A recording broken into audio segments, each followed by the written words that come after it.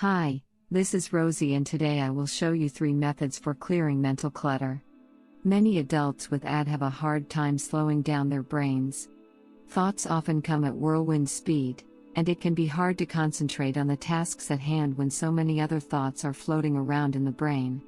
I call this mental clutter. Oftentimes, mental clutter is made up of worries and bad feelings. Very few people get overwhelmed by the amount of positive thoughts in their heads. Regrets of the past and worries about the future can easily overshadow the present moment. Self-doubt can also take up a lot of space in the mind. When an excess of these types of thoughts take over in the brain, it can be stressful, upsetting, and sometimes even paralyzing. The best way to clear this mental clutter is to process the thoughts, rather than letting them swim around in your brain. Doing so will allow you to focus on the present moment, and feel more calm and centered. The following 3 methods have proven very helpful in clearing mental clutter. 1. Write. A great way to clear mental clutter is to transfer the thoughts from your brain onto paper. This can be in the form of a to-do list, an email to a supportive person in your life, or a journal entry. When the thoughts are recorded, there is no need for your brain to hold on to them. Additionally, if you feel weighed down by a situation, like an argument with a family member, writing about it can help you process your feelings. You can get a better grip on the events, how you feel, and what you might have done differently. A page or 2 might be all it takes. 2. Talk. Many people with AD are verbal processors. This means that we often work through thoughts and feelings by talking them out. It helps to have an objective person to talk to, who can mirror your thoughts and talk them out with you. However, the very act of talking is often what does the trick, so having someone to talk to isn't always necessary. Many people find that talking into a tape recorder suits their needs. Others talk to plants or animals. I talk to my dog so much that I'm surprised she doesn't talk back by now. 3. Move. Some ADers can clear mental clutter by moving. Something as simple as a 10-minute walk can give the brain a needed jolt.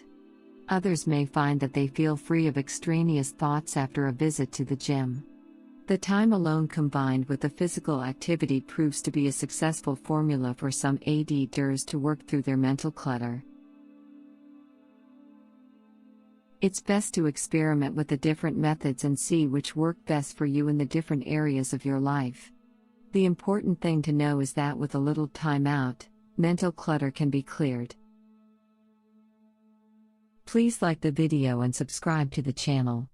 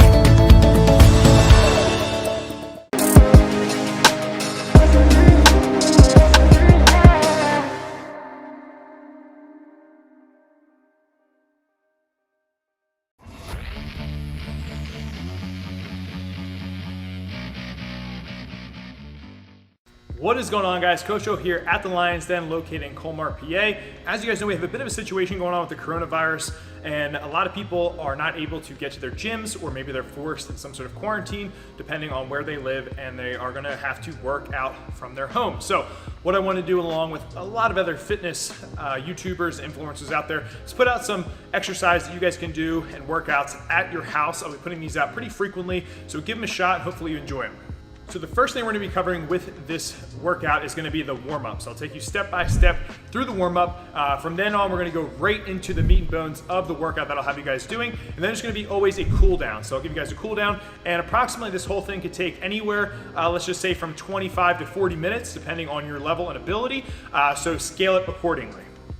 All right, my friends, so we're gonna dive into the warm-up for this workout. So the first thing you wanna do is have some sort of clock. You can use your iPhone, you could use literally a clock on the wall, but something you need to track for time. So we're gonna set a clock for 6 minutes in length. If you feel like you need a little bit more, extend that anywhere from 6 to 10 minutes. And if you feel like you're getting warm pretty fast, you can always cut it short depending on how you're feeling. So during that 6 minutes, we're just gonna do an AMRAP, which means as many rounds or reps as possible with the exercise that I'm gonna tell you guys right now for 6 minutes. So the first one we're gonna do is just an inchworm to a hip stretch. I really like doing these just to kind of get blood flow throughout the body, and also feels really good. So it just kind of sets the tone for what we're about to do. So I want you guys to do 3 reps of this. And then from there, we're gonna move on to push-ups, okay? So we're gonna do 5 push-ups. If you are more advanced with push-ups, you can do anywhere from 5 to 10. And if you are not that great at push-ups, feel free to go to your knees or modify however you need to. The next movement from there we're gonna do is just typical body weight squat. So we're gonna do 10 reps with the body weight squat. The more warm you get, if you wanna turn it into a jump squat, you can totally do that as well. We just kind of wanna warm up the entire body throughout this. The last one we're gonna do is just jumping jacks for 15 reps. So basic jumping jacks. And then if you want, say you're outside, you can just give a quick jog. Maybe it's gonna be anywhere from 50 to 100 feet, and then go back through that rotation as many times as possible in the 6 minutes.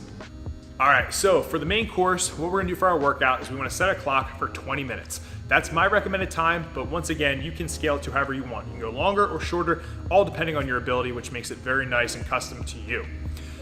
For the format of our work to rest ratio, we're gonna go 30 seconds of work per movement, followed up by 30 seconds of rest. So that just gives us a nice way to increase our heart rate and then let it come down before we move on to the next movement.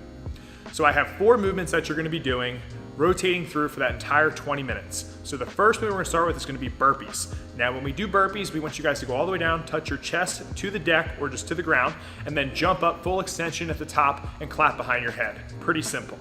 Second movement we're gonna do is gonna be a mountain climber and a push-up complex. So when we're doing this, we're gonna do 5 mountain climbers. So that's just gonna be total, 1, 2, 3, 4, 5. And then we're gonna go 2 push-ups. And you're gonna repeat that for 30 seconds.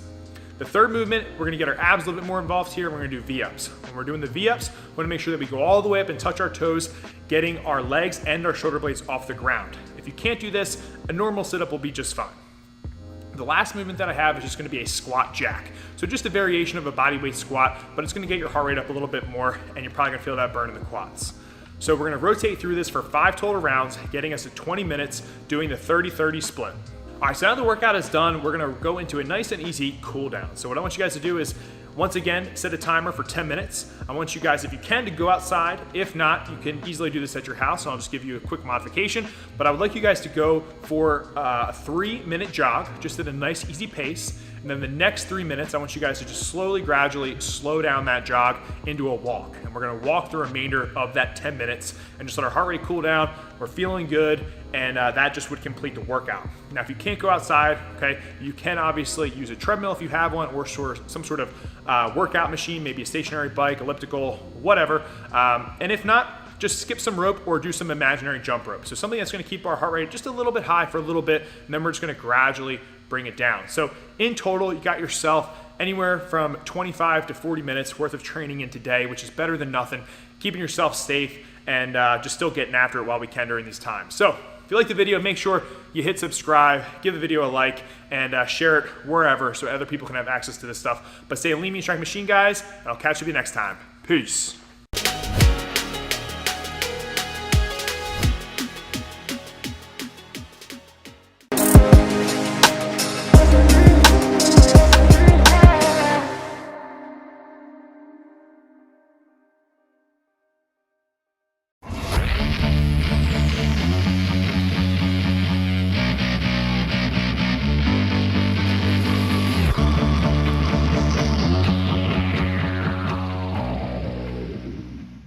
What is going on, guys? Coach Joe here at the Lions Den located in Colmar, PA. And in this video, we're gonna be giving you guys some tips to help train through low back pain, specifically when it comes to deadlifting. Now, I find this video very timely because I recently had tweaked my back and I used all the tips in this video to get back to training and also train through the tweak. So we're gonna kick it over to Coach Matt. He's gonna break it down. Let's get on over to it. What's going on, guys? Good to be back on the channel. For those of you who haven't seen me pop up in one of Joe's videos yet, my name is Matt. I compete in strongman, do powerlifting style training alongside of that, and I've got a degree in exercise science, etc, etc, etc. You probably don't care.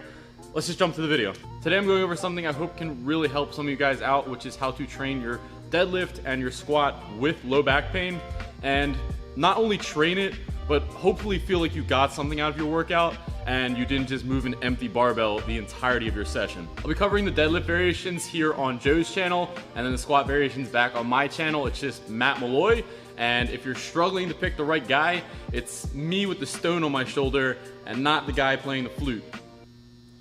Flute guy. Now, these aren't just exercises where I'm like, yeah, theoretically that'll work. It's all stuff that I've used in my own training going through a bad bout of low back pain myself. There was a period of time where I was legitimately pulling a trap bar deadlift off of blocks with a single plate on each side, and it was killing me. And just bending over to pick up plates in the gym was so excruciating that I'd just outright avoid it, or I'd let the clients all do it for themselves. I know how frustrating the process of getting through low back pain can be, and I know how demotivating it can be to try and go into the gym day after day with low back pain.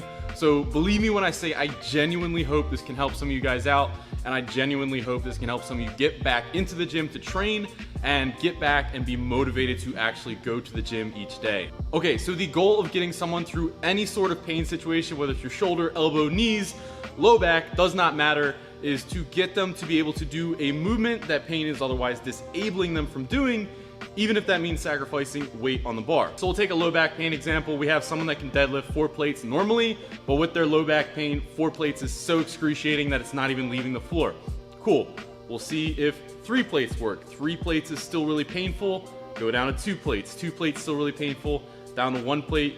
You see where this is going, and we'll even go past that 1 plate point. So there are plates that exist outside of 45s, guys. If they can't do 135, we will try 95 pounds. If they can't do 95 pounds, we'll try 45 pounds. The point is, you keep reducing weight in the bar to see if they can do the movement at all. So say we got all the way down to the barbell and they can lift the barbell pain-free, or maybe it's a 500 above deadlifter, they can lift 135 pain-free. That's great. And that is what we will have them do, and that's what you want to be doing in any sort of pain situation. If they can do the full range of motion, run them through the full range of motion. If you exhaust all of your options, say you got all the way down to a barbell or you got all the way down to body weight and it still had pain, that's when you move on to variations that closely resemble the exercise you're trying to get them to do.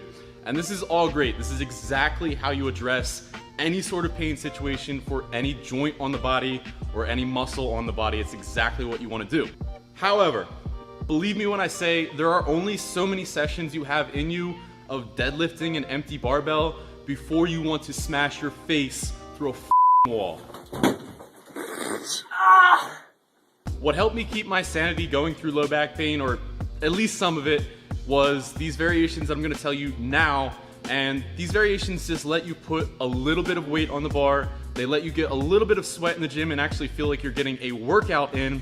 And it just helps you regain overall confidence. So what I'm saying is the variations I'm gonna recommend you are in addition to doing the full range of motion. So if you can do the full range of motion with the barbell, empty barbell, you're still gonna do that.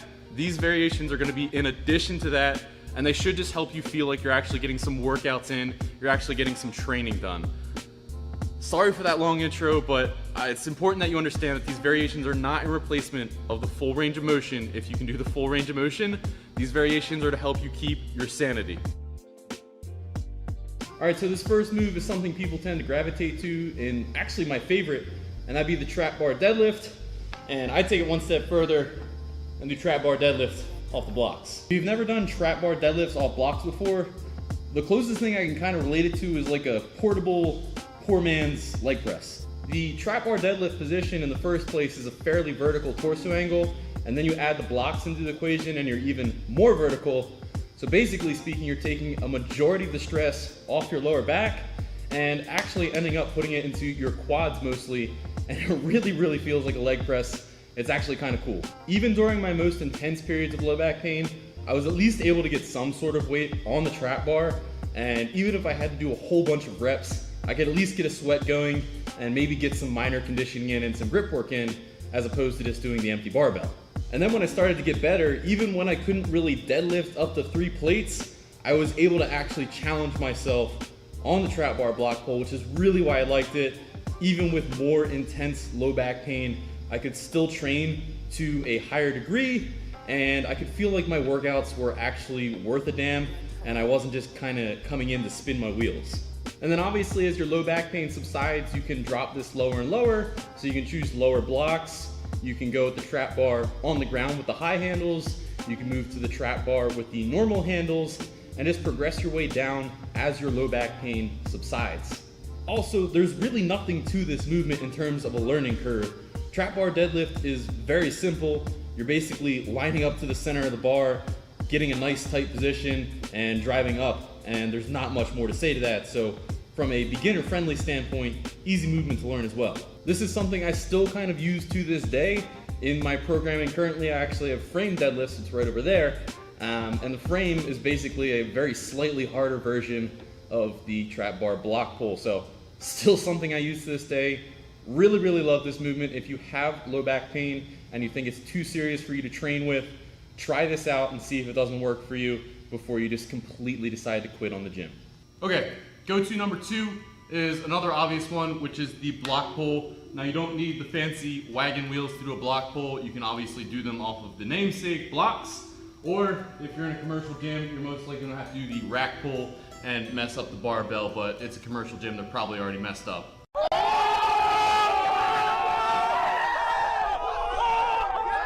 Now the obvious advantage here is the block pull is going to be your most similar variation to the deadlift itself. And the cool thing about this is you can custom make your block setup to the exact height where you no longer have pain. So if you only need to set up like a 1/2 inch block to where you don't have pain, that's awesome. Set it up nice and low. You're basically mimicking a deadlift at that point.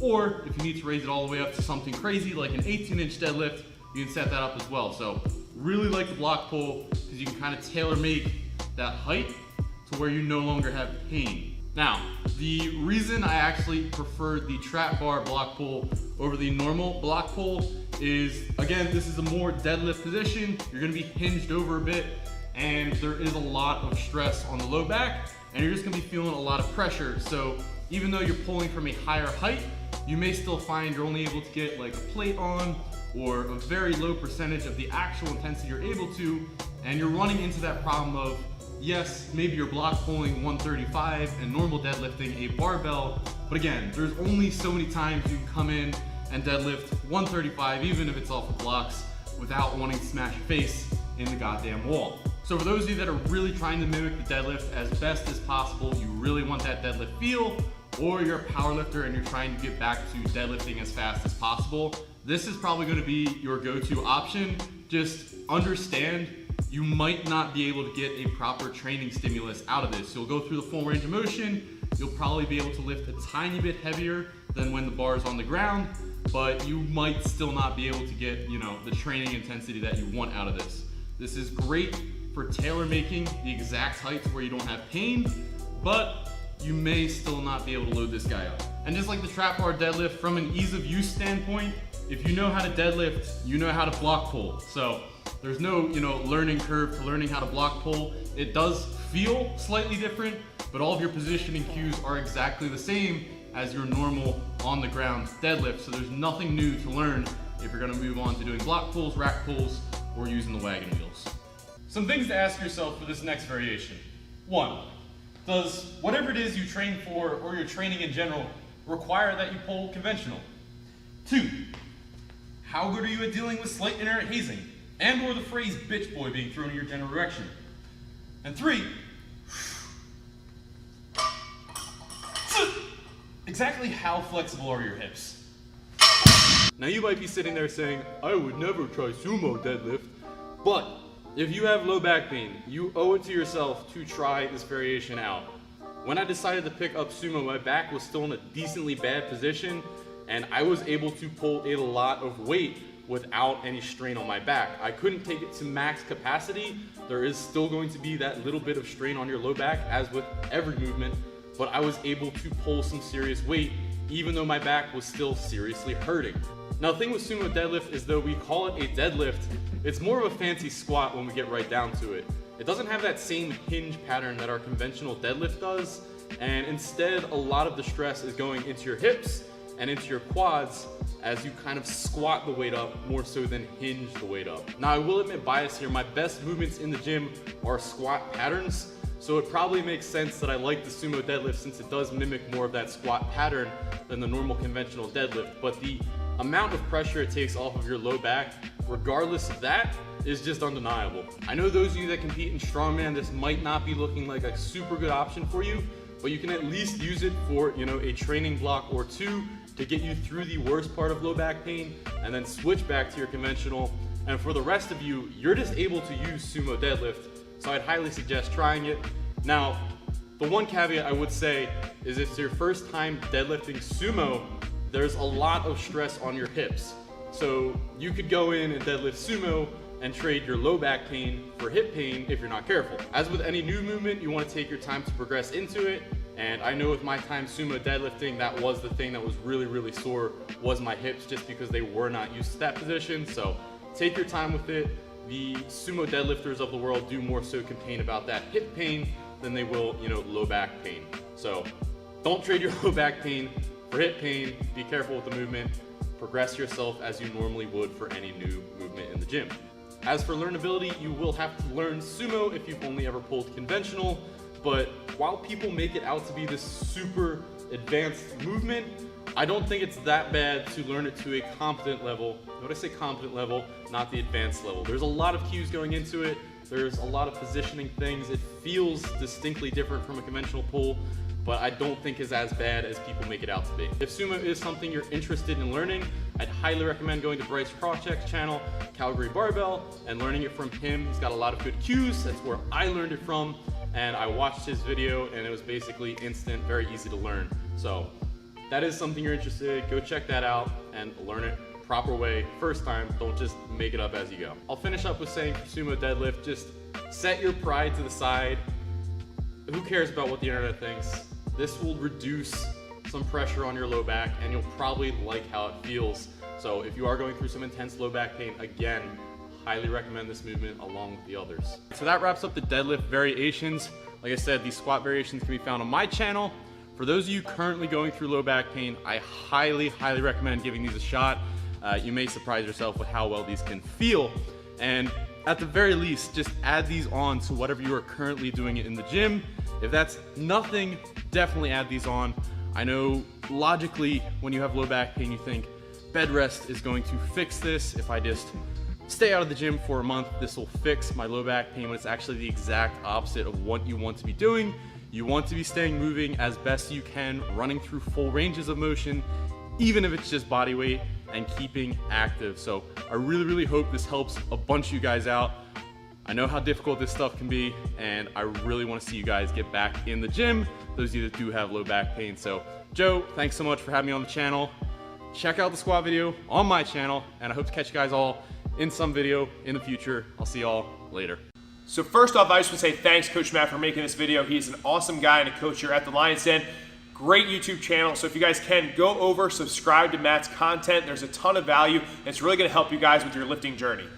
I also want to piggyback and say whatever Matt had said in this video, I completely agree with, and my team and coaches all handle it the same exact way.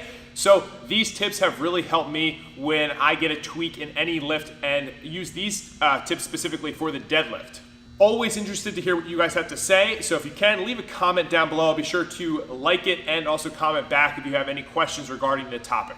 So if you're new to the channel, make sure you subscribe, give the video a thumbs up, and hit the notification bell to stay up to date with all the videos that'll be coming out in the future. But until then, guys, stay a lean, mean, strike machine, and we'll catch up with you guys next time. Peace.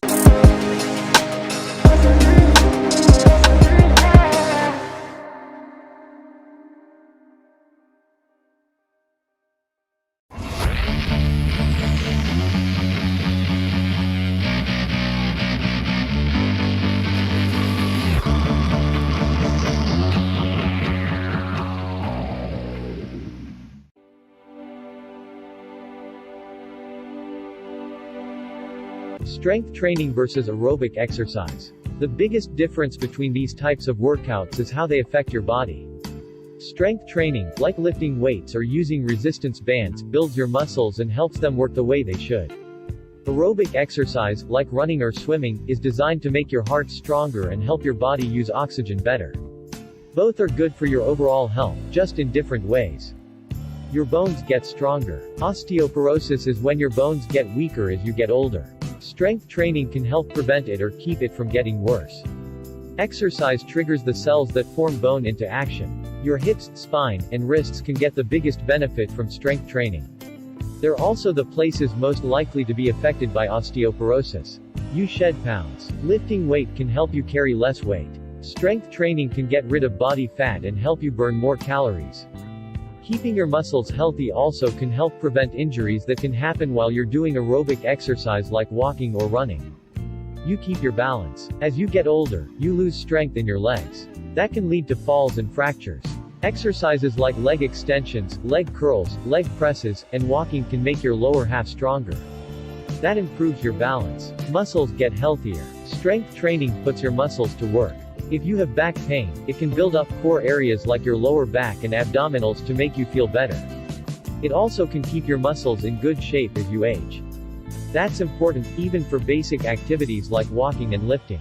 You get more flexible. Strength or resistance training can keep your joints moving the way they should. Building up the muscles around your bones lubricates your joints, eases swelling, and helps slow bone loss. This is especially helpful if you have stiffness from a condition like arthritis. Your chances of a heart attack go down. Lifting weight can mean less heavy lifting for your heart. One study says weight training for an hour a week can cut your chances of having a heart attack or stroke by up to 70%. And you don't have to do it all at once. 3 20-minute sessions each week will work. You cut your odds of type 2 diabetes. Strength training used to take a back seat to aerobic exercise when it came to fending off type 2 diabetes. But studies have shown that it can help with many things related to the condition, like helping your body process glucose, boosting your metabolism, and losing weight.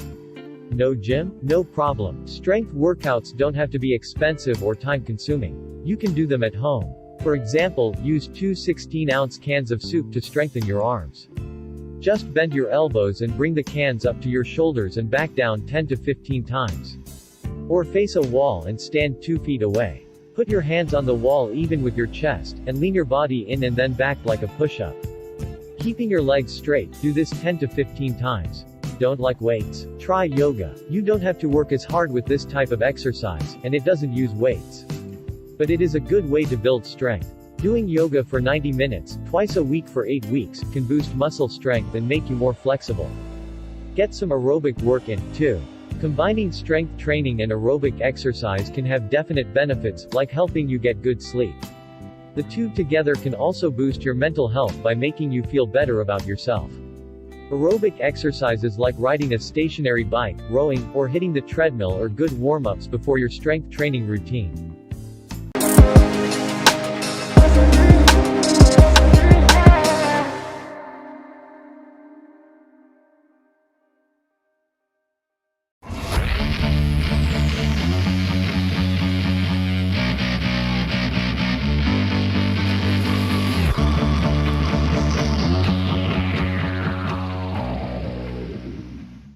According to research, one of the best things that you can do for weight loss, for healing your body, for improving your health is intermittent fasting. Intermittent fasting is something where essentially you eat all of your meals within about a 6-hour window. It can be as short as 4, it can go as long as 8, but most people recommend about 6 hours. And then the rest of the time you're fasting. So not eating anything, maybe you're having water, tea, coffee, without cream or sugar or anything like that. But what you're doing in the rest of that time period, which is 12, 14, 16 hours, is just letting your body rest. So that rest time, where your body is not digesting, it's not metabolizing, your liver, kidney, everything are not having to work, is the main reason for intermittent fasting. That time period where you just allow your body to rest and recover is super important for a lot of reasons, and there are a lot of benefits to it, which actually kind of fly in the face of traditional fitness or bodybuilding mentality and a lot of the things that we just know from forever, like breakfast is the most important meal of the day. So even for myself, as I'm learning more and more about nutrition for myself, as well as helping my clients to eat better and lose weight, I'm kind of having to shift my mindset a bit more as I hear more research and understanding behind fasting. So when your body is not eating is when you're really healing and repairing. So some of the benefits of just letting your body rest are that, one, your body produces more human growth hormone. So that is something that's actually going to help with increasing muscle gain, feeling better, looking better, being healthier overall, providing energy, providing strength, and helping with weight loss. So that actually happens when you're not eating. And I've actually heard through research that it's really good to actually work out with weights when you're in a fasted state, which is something you don't normally hear very often. Typically it's eat a good carb-heavy, protein-heavy meal to give you energy for your workout. However, when you're fasting and you're working out, then your body is actually going to produce more human growth hormone, which is in a sense kind of like your own internal steroids for your body to help you build muscle and grow stronger. So that's one major benefit of fasting. Another one is weight loss. When you're fitting all of your meals into this smaller window, typically you're gonna consume less calories. And again, by balancing out hormones, getting more growth hormone, those are actually gonna help you to lose weight as well. And in conjunction with weight loss, or part of that, is fasting helps with balancing hormones out, reducing the stress hormone cortisol. So all of this kind of results in helping you to lose weight. Next benefit, again, kind of going along with the hormones, is that it helps to regulate leptin and ghrelin, which are hunger hormones, essentially. So as you do more intermittent fasting, it kind of helps to actually reduce cravings, reduce hunger, so that you are not as prone to eat so much, have less cravings for sugar and carbohydrates and all those things that cause you to gain weight. So typically you actually be a little bit more satiated, able to go longer without eating and still feel full of energy, feel great without all of those extra calories.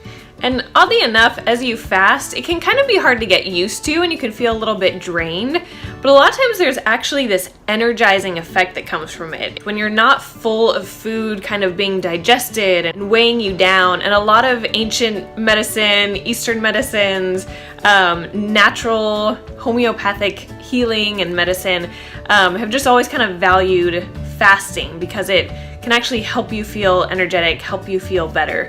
As weird as that may seem, because when you're not used to it, it can kind of tend to make you feel a little bit sluggish, and of course it's irritating to have your stomach growling and feel hungry.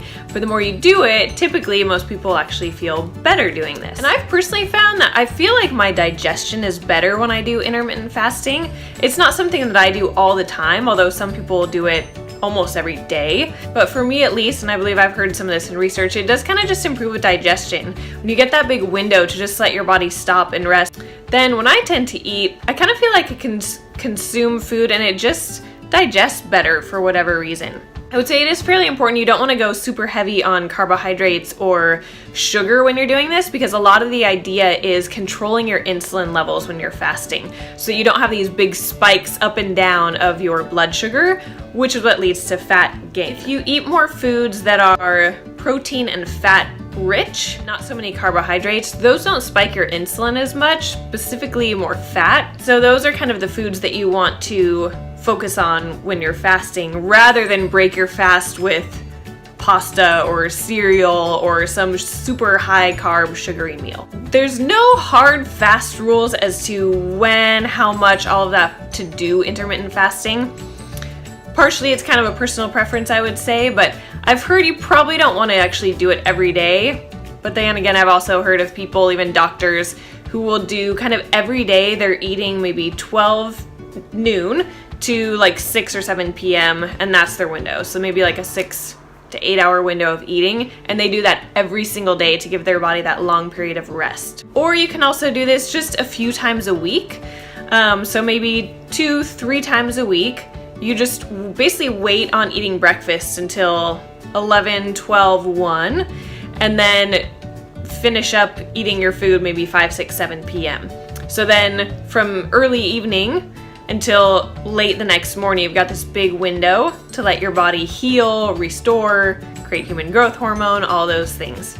So that's kind of the ideal way you want to do it. So just count out your hours. It doesn't have to be exactly evening and morning, but that's usually easiest because you're sleeping 7, 8, 9 hours, and so you're not feeling hungry or worrying about it during that time. So that's kind of the easiest way to do it. So it's going to be 12 to 16 hours. I've heard that for women, it's ideal to stay more under about 14 hours. And then men, it's easier to go about 16 hours with that fast. Give that a try this year and see how it goes. I am not an expert on intermittent fasting, and though I have done it and I like the results of it, for weight loss, for digestion, for hunger control, I'm still in the stage of saying, experiment with it, try it. I'm not gonna tell you it's the best thing in the world, although research really at the moment tends to suggest that this is something that is incredibly healthy and beneficial for you and that everyone should be doing. So give that a shot this year. Try experimenting with shorter windows of eating and longer breaks to let your body rest. And along those lines, just keep in mind, when you eat a meal, give yourself a good long break till your next meal. At least 2 hours, 3 hours, 4 hours, rather than the snacking in between that I tend to do, and that I know a lot of my clients have trouble with, is maybe you eat lunch and then you snack on some fruit and then you have a piece of candy and then you have some coffee with creamer in it, and that kind of lasts up until your next meal. That's not giving your body a break to digest and restore and keep your insulin levels down. So after you eat a meal, make sure it's satisfying, make sure it fills you up, make sure it's full of fiber and vegetables and healthy things that are gonna take a while to digest. And then give yourself a good window where you're not eating and you just give your body some rest. So maybe you eat at 12 and then maybe you eat again at 3 and then maybe again at 6, or maybe you eat at 12 and then 4 and then maybe something else small at 6 or 7, and then you're done for the day. So you may find that that really helps you to lose weight, to actually increase muscle size, as weird as that seems by restricting calories, but the hormones going on in your body is what's gonna cause that. It's not as simple as calories in, calories out. So you might find that really makes you feel better, improve your health, improve your digestion, improve your energy this year. So give it a shot. Start with maybe once a week and then increase to twice a week. Maybe start with shorter periods, like 12 hours, and then extend to 14 or 16 hours, and just let your body get used to it gradually. You don't have to dive into super intense fast and do it every single day. But try doing that out, see how it goes, and see if that doesn't help you to reach your fitness and health New Year's resolutions in 2018. Hope that's helpful to you. If you have any thoughts on this comments experience, please leave that in the comments below and share this with someone else who might be interested. And if you haven't yet, please subscribe to the channel and like this video if it was helpful. And I will see you soon for fit tip number 14 in the next video. Good luck on your fitness journey.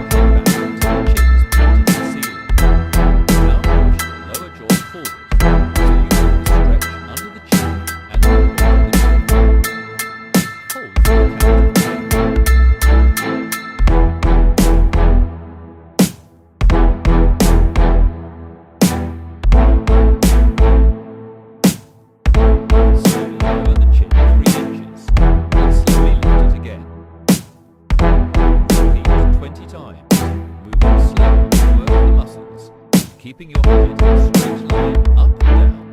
Don't turn towards your neck.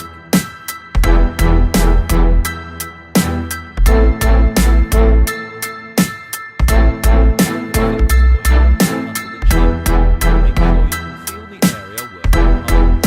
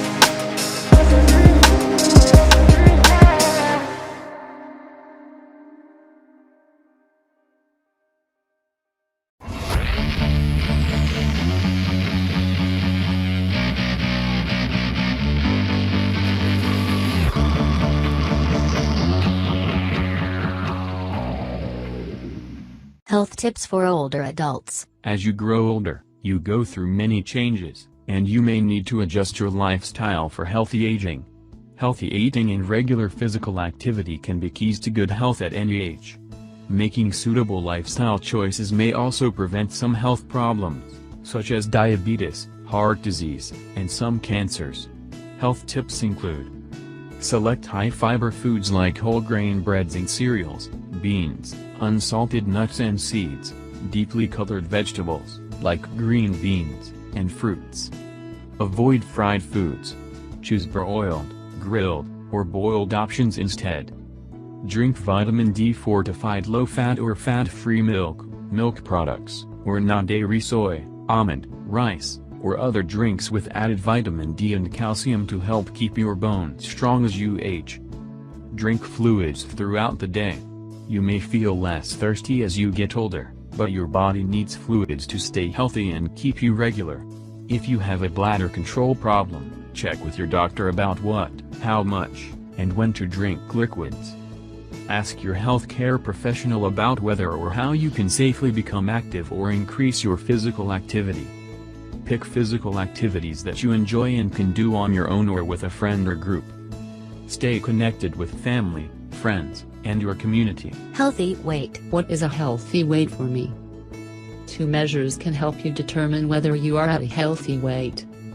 Body mass index, BMI, is a measure based on your weight in relation to your height. You can use an online tool to calculate your BMI. Experts recommend that older adults have a BMI between 25 and 27, slightly higher than the recommended range of 18.5 to 24.9 for younger adults. On the other hand, some people, particularly older adults, can have a BMI in the normal range, but still have too much body fat. That's why it's also important to also measure your waist size. Your waist size is a measure that may tell you if you carry too much body fat. Women with a waist size of more than 35 inches and men with a waist size of more than 40 inches may be more likely to develop health problems. Being underweight can also be a health concern for older adults. It could mean that you have increased risk for weakness and bone loss, are not eating enough calories to maintain your weight, don't have access to enough food or foods that meet your nutrient needs, have an illness or medical condition. Keeping a healthy weight may help improve your health. The weight that is healthiest for you may be higher than that of a younger person. Ask your healthcare professional what a healthy weight for you may be. Healthy eating. What kinds of foods and drinks do I need to consume as I age? As you get older, your body begins to need fewer calories, but you need just as many nutrients. So, you will want to focus on eating nutrient-dense foods. Nutrient-dense foods pack a lot of vitamins, minerals, and other nutrients your body needs into a smaller number of calories. Consume more nutrient-dense foods and beverages. Older adults should consume foods from the rainbow because they are rich in nutrients, including fruits and vegetables, whole grains, like oatmeal, whole grain bread, and brown rice, fat-free or low-fat milk, milk products, or non-dairy soy, almond, rice, or other drinks with added vitamin D and calcium, seafood, lean meats, poultry, and eggs, beans, peas, unsalted nuts, and seeds, if you tolerate them and aren't allergic. Consume less of these foods and drinks. Some foods and drinks have many calories but few of the essential nutrients your body needs.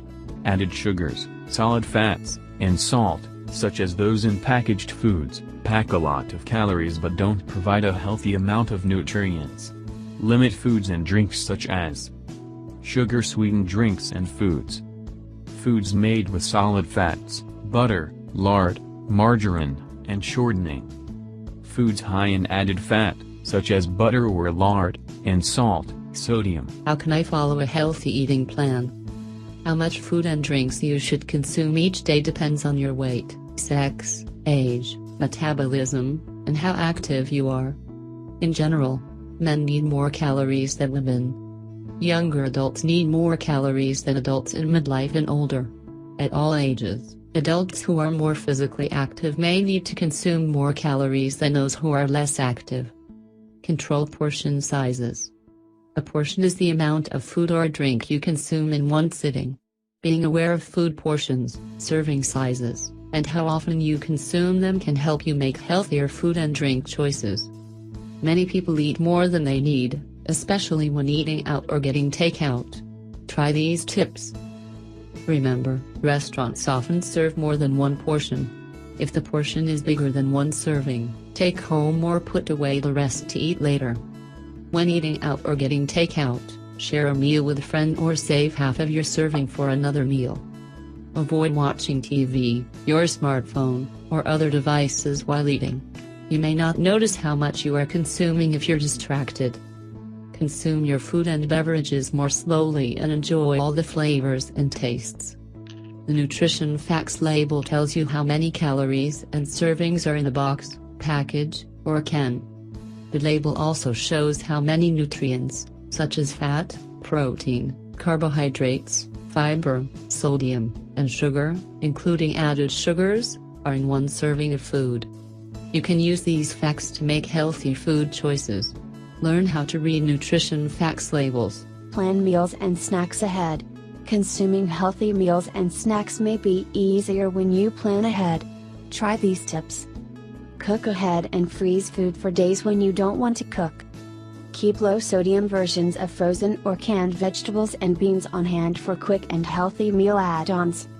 Keep frozen or packed in juice canned fruits ready for snacks and meals. Try to share meals with someone whose company you enjoy.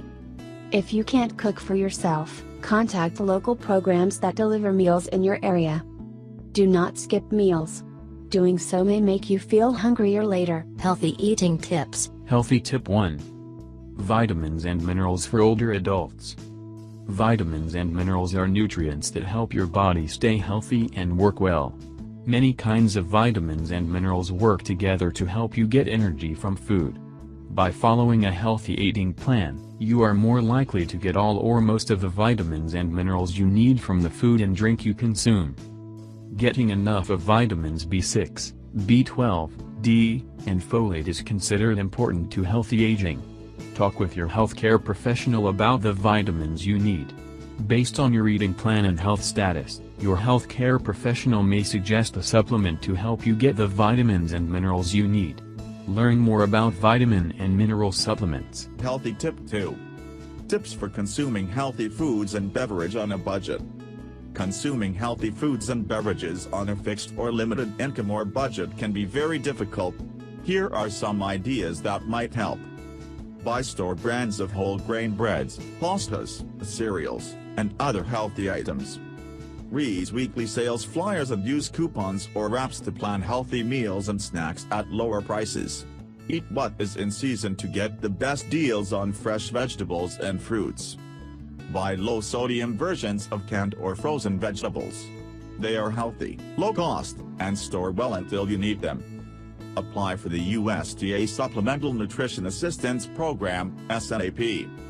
Consider joining food voucher programs sponsored by places of worship or food banks to improve your access to healthy foods and beverages. Healthy tip 3. Tips for limiting sodium in your diet. Consuming too much sodium, salt, may lead to health problems, such as high blood pressure, for some. Lower your sodium intake to less than 2,300 milligrams a day, about a teaspoon of salt. That includes sodium added during packaging, cooking, and at the table when eating. Read the nutrition facts label on foods and beverages to find the sodium content. Buy foods and beverages that are low in sodium. Limit how much packaged and fast foods and beverages you consume. Use less salt when cooking and eating. Cook with lemon and spices that have no sodium. Healthy tip 4. Keeping track of your eating habits.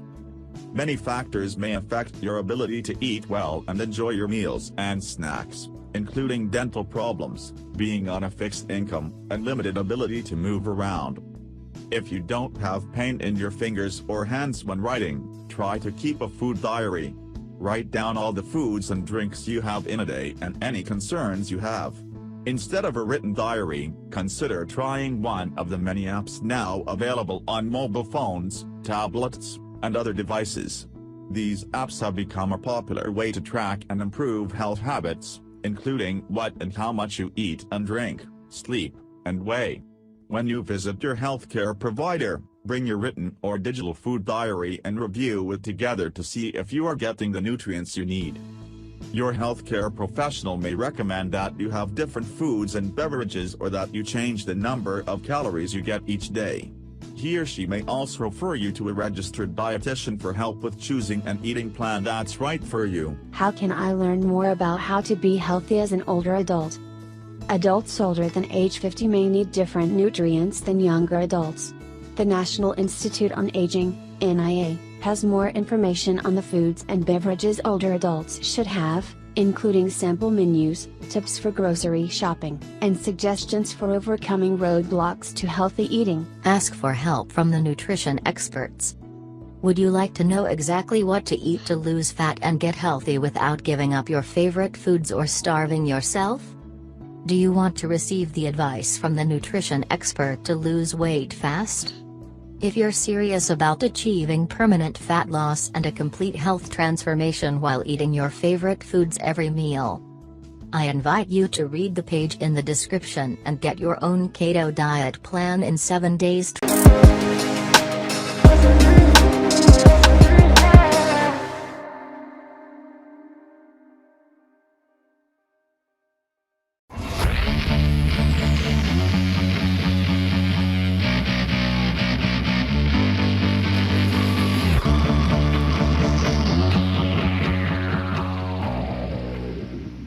Chapter 2: Healthy Lifestyle and What to Avoid. Maintaining a healthy lifestyle is an advantage when it comes to strengthening our immune system. While most people adopt healthy behaviors when they are sick, we recommend that you try to make those recommendations a lifestyle to be able to sustain. It is imperative to maintain a healthy lifestyle for our physical and mental health. In the next chapters, we will dive into the subject of what you can do to improve your immune system. We will look at what foods you can eat and the changes you can make in your day to help with mental health. You will receive a 21-day plan you can implement to help you be more successful with that healthy lifestyle. But first, let's do a little survey to assess your lifestyle and how well you do on the immune system checklist. Check all that applies to you. 1. Ear infection yearly. 2. Use antibiotics at least once a year. 3. Reoccurring skin issues like rash or inflammation. 4. Autoimmune disease. 5. Susceptible to infections. 6. Suffer from colds or flu every year. 7. Feel tired or exhausted often.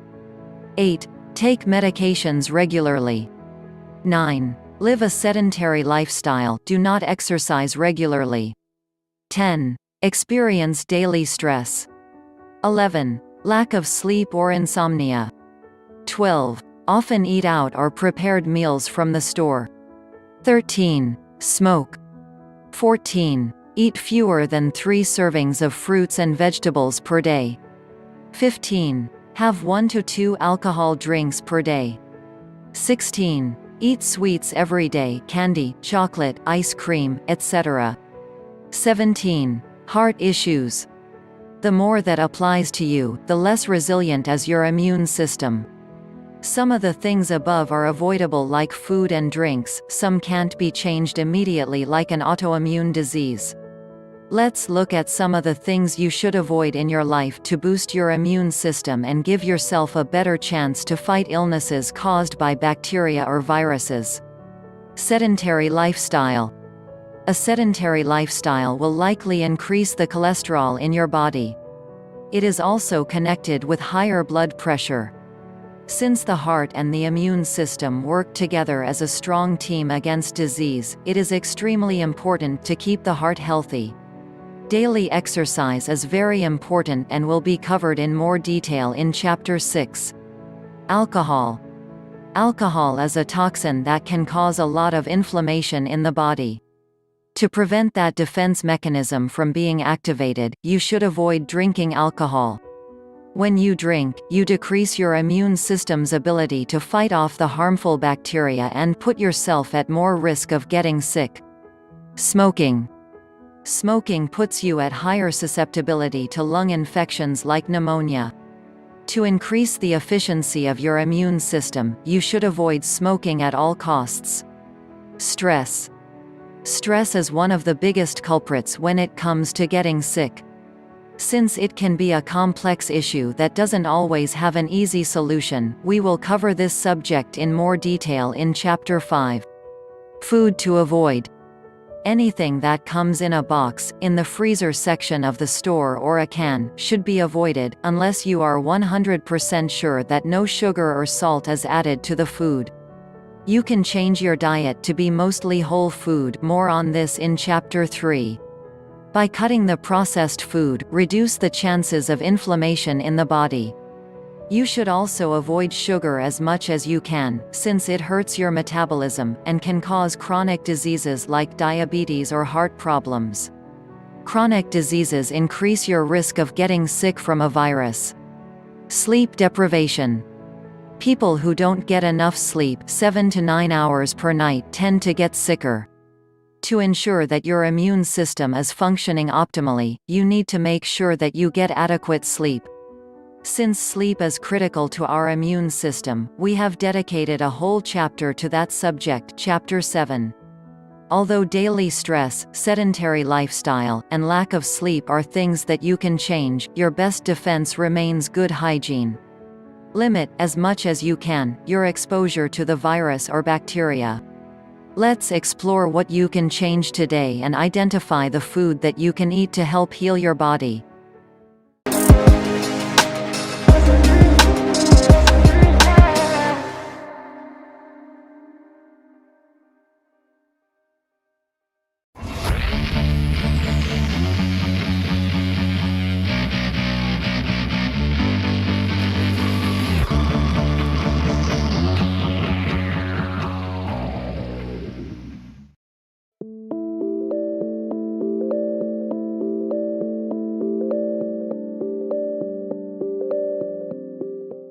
When I was young, I was really obsessed with these stories about Qigong masters, where you'd hear about the old sage in the Himalayas or on the Chinese sacred mountain, and there was this Taoist mystic who could somehow perform miracles by doing all their little Qigong breath movements every day. Now, studying Qigong has been a piece of me studying Chinese medicine, and I've always been curious about what it could really do, and why I should honestly do that over exercise or do that over something else that I already really enjoy doing, that I know is going to help me live a long and a healthy life. Well, in this video, I want to share what I learned doing Qigong on and off for truly about a year. And even though I'm sharing that it's about 30 days here, I want to share some of the experiences that I had.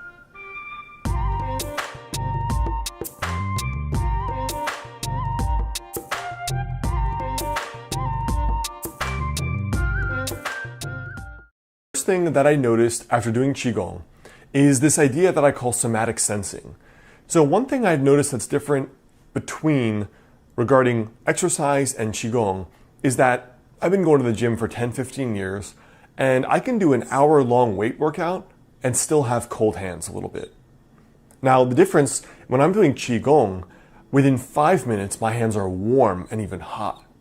Now I think just subjectively in terms of, think about what that means for circulation, and think about what that means in terms of, in Chinese medicine there's a saying that the qi guides the blood, or the qi precedes the blood. So if blood is coming, then qi is moving. So what's crazy is that how could I possibly exercise for an hour, and yet for whatever reason I'm not getting circulation to some of my extremities? In Chinese medicine, one of the reasons for doing Qigong is that it's supposed to be able to, number one, you begin to have a better radar for what's going on in your body. It helps develop this subjective sense of where are things not working? Where is the flow interrupted? Now that could be as obvious as I'm bloated, or I feel a weird stuffy sensation in my chest, or my hip hurts. But beyond that, doing Qigong is supposed to allow you to feel certain qualities of your patient better, or the person you're treating. So for example, it's allow you to get a better accurate diagnosis, a more accurate diagnosis doing pulse. It's supposed to allow you to feel things you ordinarily can't feel in regard to just palpating a person, like massaging. Just palpating a person and seeing what's going on with the channels in the body. So for me, this subjective feeling of warmth was very interesting. Now the second thing I noticed doing Qigong daily was movement. So when I say movement, one thing that Qigong is supposed to do that we talked about is make you more aware of what's going on in your body. So if you're someone that's not that sensitive, it can help you actually to become more sensitive. Now one thing that would start happening doing Qigong in the morning was that I would burp a lot. I would fart a lot. I would feel a lot of pressure in my intestines. And I would feel all these sensations. But overall, burping, farting, and then later having a strong appetite in the morning, which I almost never do, was really very telling to me that it was moving something. So in theory, Qigong is first supposed to help you be aware of those blockages. And then second, it will eventually with time clear those blockages. So to me, it was very fascinating that number one, it was making me aware of what I was feeling in my body, often indigested, often bloated, often gassy, and then I would burp or I would have gas in the morning. But then ultimately, I would have a good appetite. And that was very, very interesting to me because that was part of what the promise of Qigong was supposed to do. Make you aware and then eventually move and fix some of those blockages that were actually going on inside of the body. Now that's pretty cool because that's part of the self-healing mechanism of the body and what Qigong is really designed to do, which is in the absence of movement, of exercise, of changing your diet, of taking a drug or an herb or whatever intervention it is, Qigong by itself can help regulate the person's body to kickstart that self-healing mechanism. Now the third sensation that I felt was being calm and warm. So one of the first things that I asked a Qigong teacher was, what's the difference between Qigong and doing exercise? Because honestly, I like working out much more than I like doing Qigong, and I'm very disciplined about that. So why do this for my longevity or feeling well, as opposed to just going to the gym? And what she told me was that there's three things. Qigong entails breath work, so changes in your natural breathing rhythm, visualization, and physical movement. And doing that, often even with other things on top of that, is the difference between Qigong and just going to the gym. So while I was doing Qigong, I was doing certain kinds of breath work. So that typically meant instead of my normal breathing, maybe inhale is every 2 seconds, exhale is even shorter. My inhale and exhale were up to 8 seconds long each. So that's like a double, triple, or quadruple the length and duration of my breathing, lengthening the breathing. So you can think what all that added oxygenation does to your tissues, to your brain function, to your energy, to your digestion, to everything. Now, that is the calm part. And the warm part was that increase, obviously the increase of oxygen, made a lot more circulation for me. So I would feel warm, my whole body felt warm, my extremities warm, and calm. So it was a big difference, especially if I did Qigong after an entire 9-to-5 workday. I noticed the difference after versus before. So before, when I'd been working all day, my breath was relatively shallow and my hands were starting to get a little bit cold. And then within 10 minutes of Qigong, my breath was very long and relaxed and my hands were warm. So to me, this warm and calm phenomenon was very, very interesting. And I understand how that would be very strongly correlated with longevity and a healthy life. So I hope that helps. Those are just my personal revelations doing Qigong for a while, trying to understand what it's about and why to do it. And this is one of those things that always has puzzled me and a little bit frustrated me because I couldn't understand why I should just do this versus just going to the gym, which I already love and I already do and I have done for over a decade. But hopefully that provides some insight for you as to whether or not you want to investigate it, find a teacher, or whatever. But I hope that helps.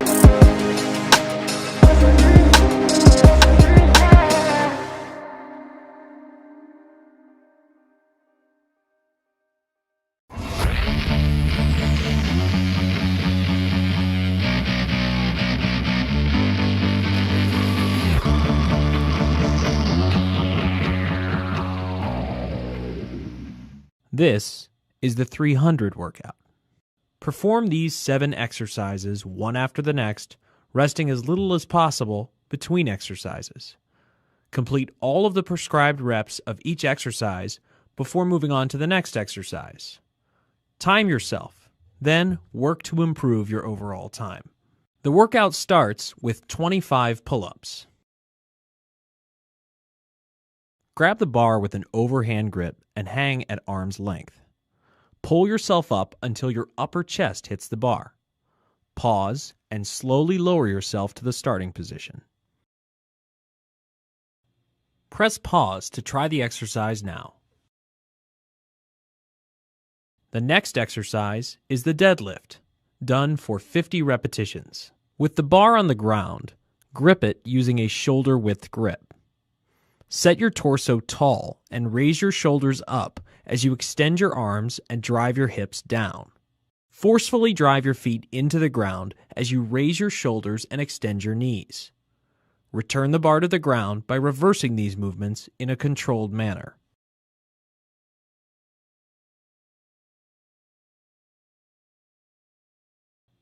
Press pause to try the exercise now. Next, do 50 push-ups. Assume the push-up position with your body aligned from ankles to shoulders. Lower your body as far as possible and then quickly push yourself back to the start.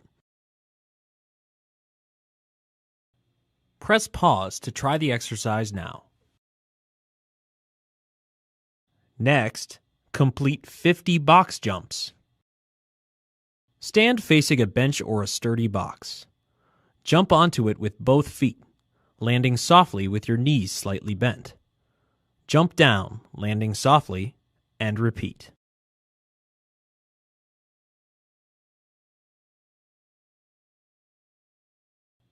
Press pause to try the exercise now.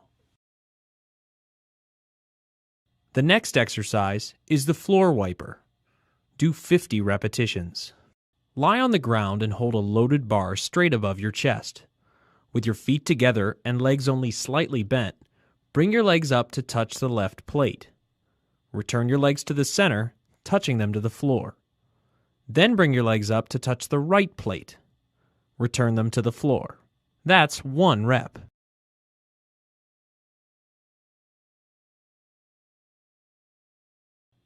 Press pause to try the exercise now. Next, perform 50 reps of the single arm clean and press, 25 reps on each arm. Stand with your knees slightly bent and hold a dumbbell at knee level. Keeping your chest up and your back arched, dip your hips and explode upward, pulling the weight to chest height. Quickly drop underneath the weight and catch it on your shoulder with your elbow high. Press the weight overhead, then lower it and return to the starting position.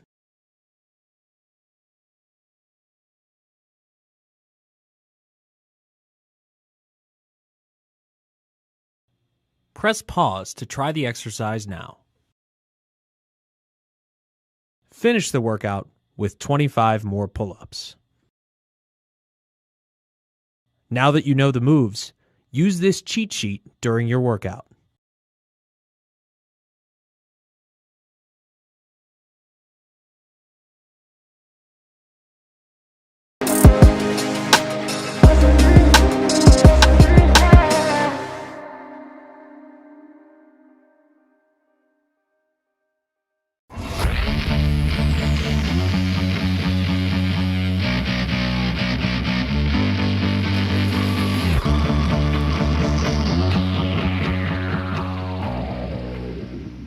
Hey you guys, so I am just wrapping up my workout out in our garage home gym, and ever since we started putting out more fitness related videos, workout videos, I've been getting tons of questions about, can you share your weekly workout routine? So that's what I'm going to talk about today. I've also kind of considered making an entire workout series for a whole week, modeling off of what I do every week. So if that's something you're interested in, then pop that in the comments below. But for now, I'm just gonna talk about it today, as well as talk about my daily workout routine. So what time I work out, what I use to fuel up pre-workout and or post-workout. So without further ado, let's jump right into it.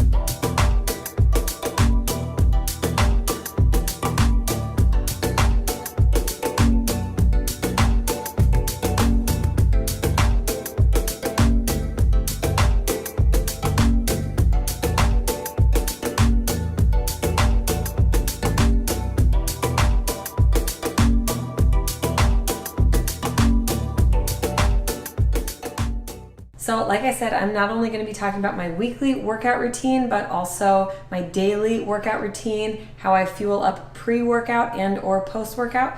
So first thing I like to do is, it kind of depends on how hungry I am in the mornings, whether I do this pre or post, but today I'm doing it after my workout. But usually I'll come down, I'll grab a frozen banana, pop it in this NutriBullet cup, and then I take a whole scoop of the Sun Warrior Natural Blend.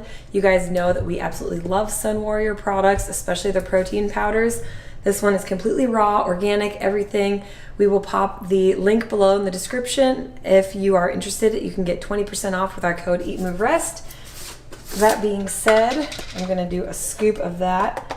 The natural tastes plenty good and sweet with just one banana in it. I really love it. It's just simple, easy, quick to do before or after a workout to get all those amino acids in. And then this is something that's kind of new, but I've been absolutely loving, because there are mornings, especially in the cold winter, where I just feel sluggish and slow and I need a little pick-me-up, or maybe a little bit of something to kind of alkalize and get my body amped up. So I've been using this Teamy Green Superfood Blend, and it has everything in it. It has a little bit of matcha, which has natural plant-based caffeine, but I'm really sensitive to caffeine, so I wouldn't say by any means that it makes me jittery or leaves me with a crash like coffee would, which I've never drank coffee in my life for that reason. But I really, really love this because it's just a smooth ride, gives you a little boost of energy without feeling really anxious or hyped up. So I'm just gonna show you guys what all is in it. One scoop is just 35 calories. There's no fat in it. It does contain 3 grams of protein. And then look at this. It's got wheatgrass, chlorophyll powder, spirulina powder, chlorella powder, spinach leaf powder, broccoli, kale, kelp, rocket leaf, parsley, celery, grapeseed extract, dandelion extract. So everything you need to kind of, like I said, alkalize your body. Yes, I'm breastfeeding and it has been completely fine while breastfeeding. I'm not sure about pregnancy, but I would venture to guess that it's okay. So I would do your own research on that, ask your physician. Love this stuff, great. Also in a hot tea. So sometimes I don't use it for pre or post workout, but especially in the winter, it's cold.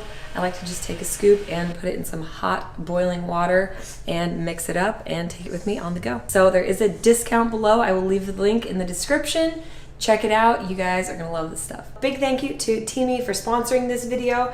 They also sent me an awesome tumbler. I love that it has this little secret spot to hold my vitamins and pills. So this is just my prenatal and an omega-3.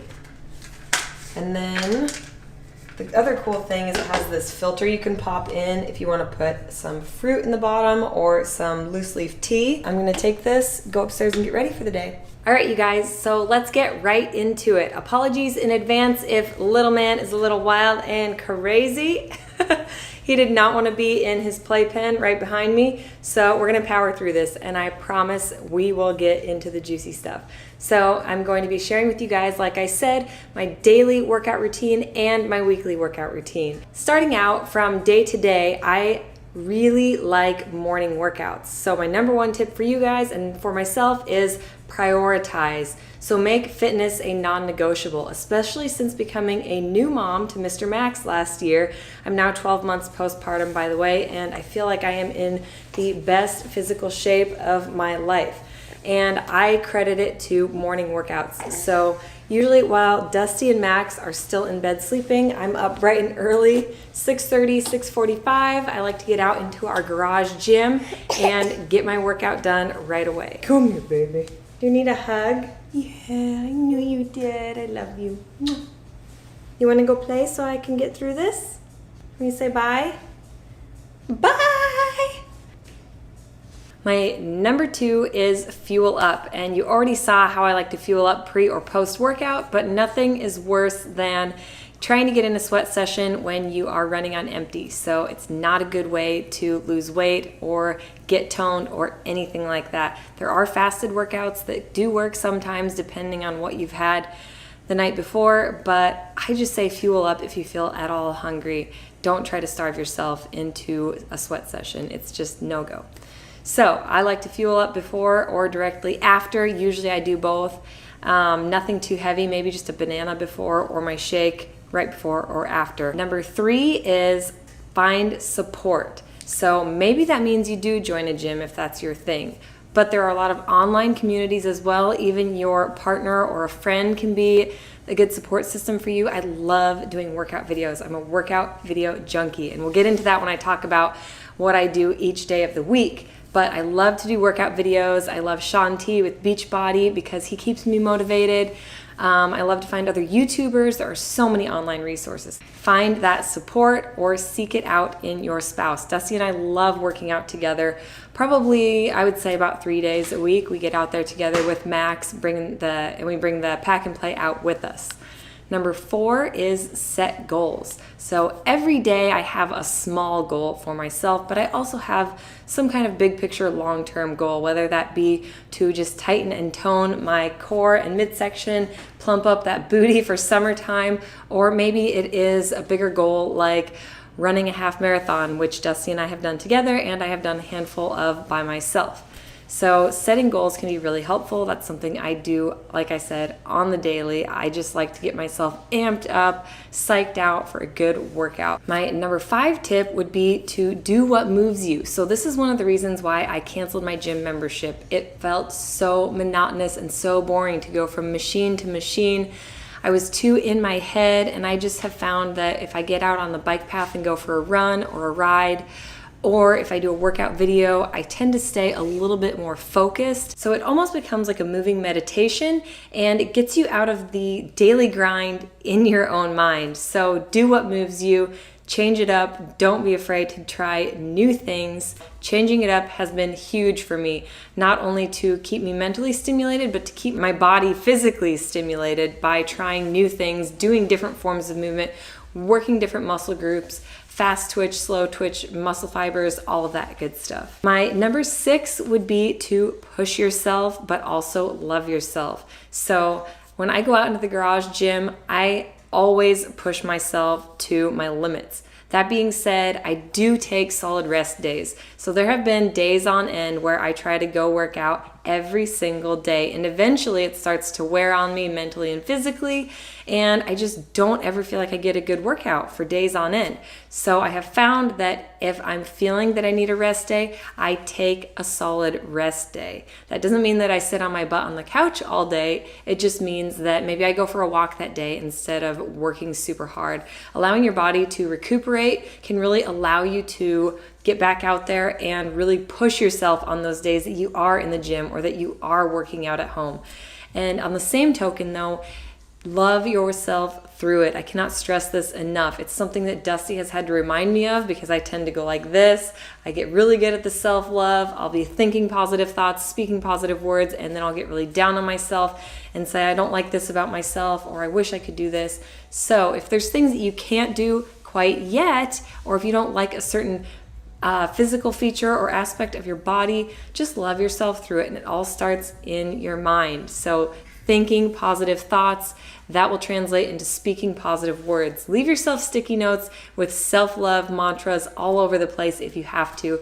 That has worked well for me in the past, but definitely still a work in progress. I'm not perfect at this one, but it is crucial for gaining the best physical fitness of your life. Number 7, and finally, is change it up. So like I said earlier, I used to be a cardioholic and I would only do running and riding.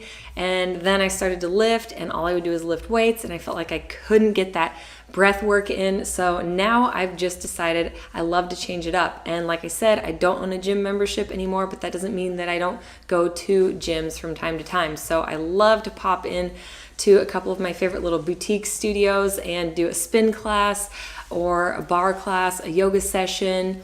maybe like a boot camp course or something like that, so I can be around my friends in the community.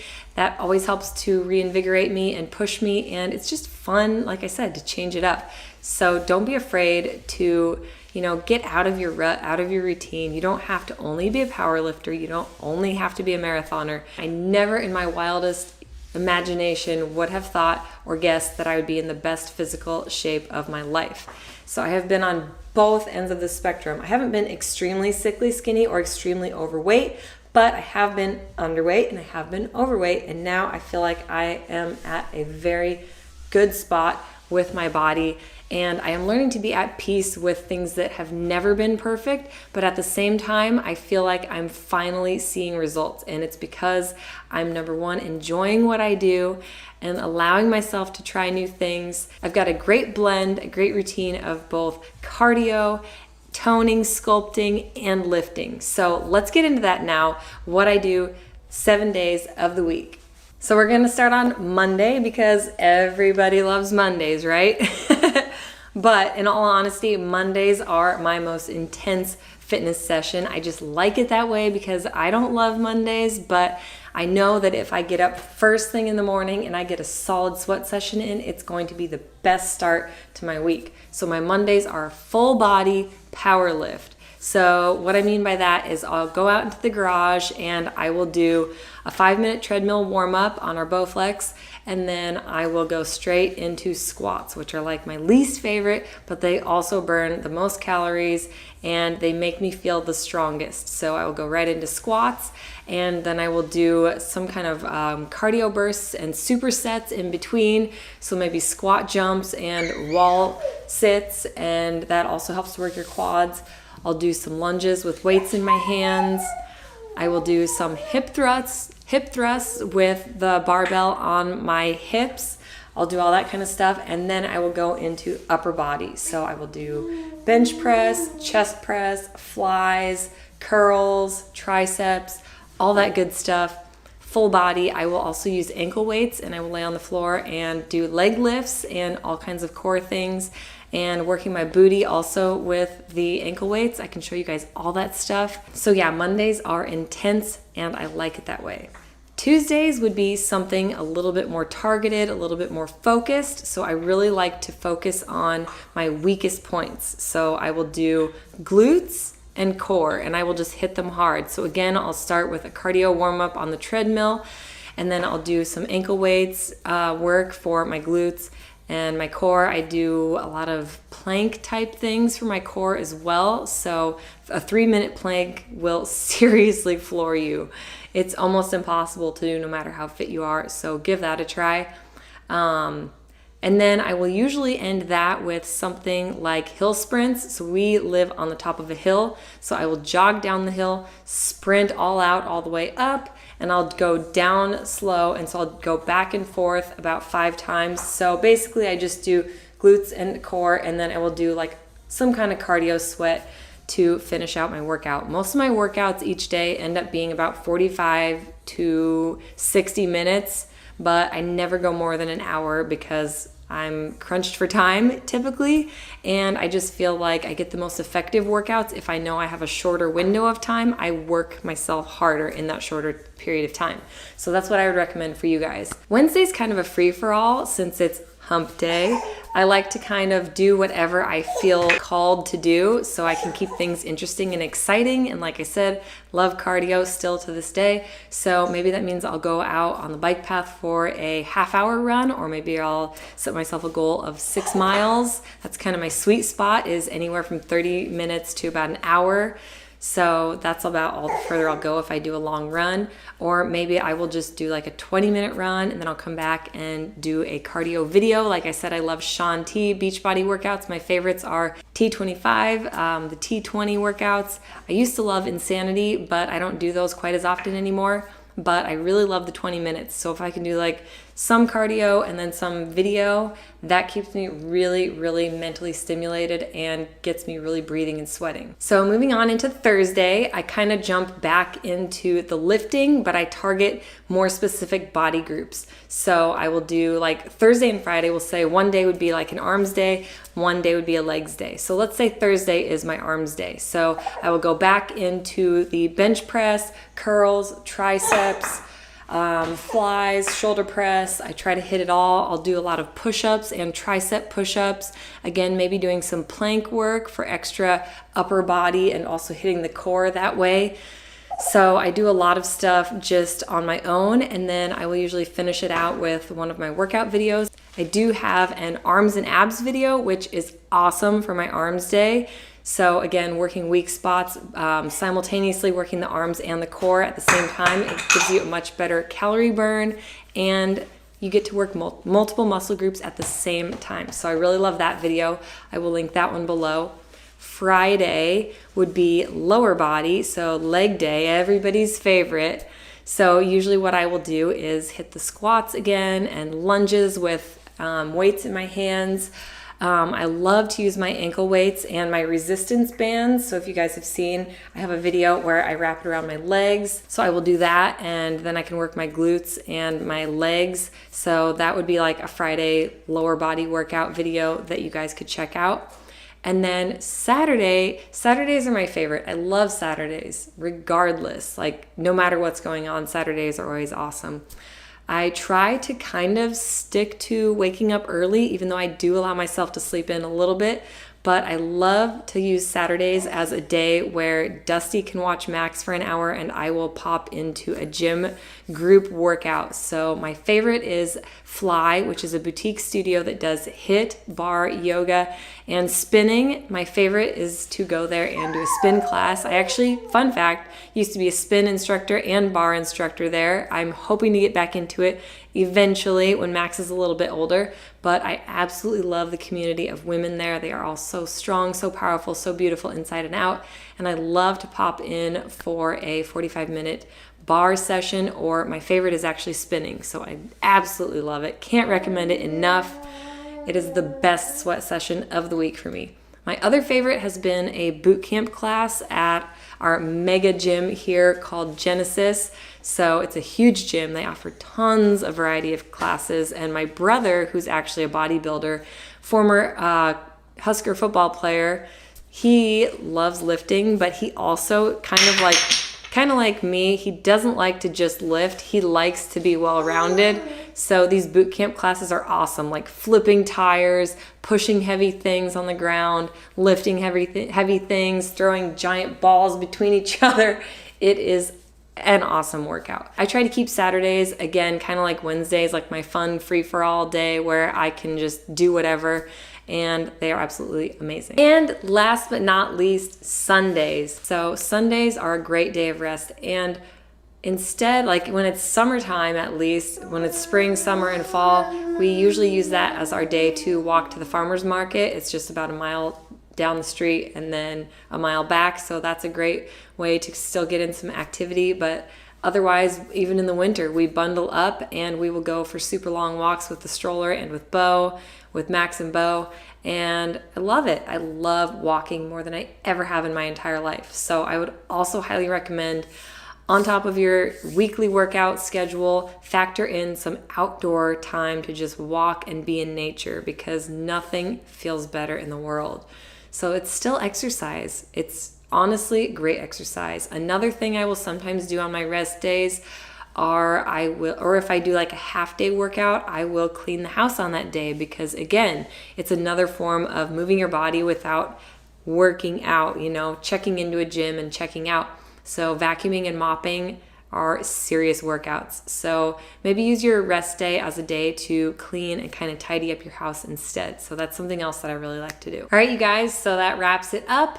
What I'm gonna do for you is in the description box below, I'm going to take the workout videos that we do have that we've created, and I will put one for each day of the week that you can do to kind of get into a routine, because like I said, I do a ton of workout videos.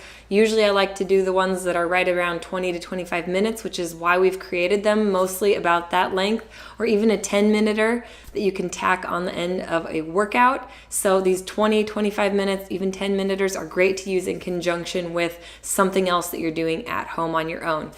So I hope you guys enjoyed this video. If you want us to create an actual 7-day workout series, we would love to do that. Hopefully you guys are enjoying the move portion of our Eat, Move, Rest channel that we're trying to start integrating more of. We have been seriously focused on fitness, and going into 2020, we're gonna get into even better shape. We're gonna make those V gains.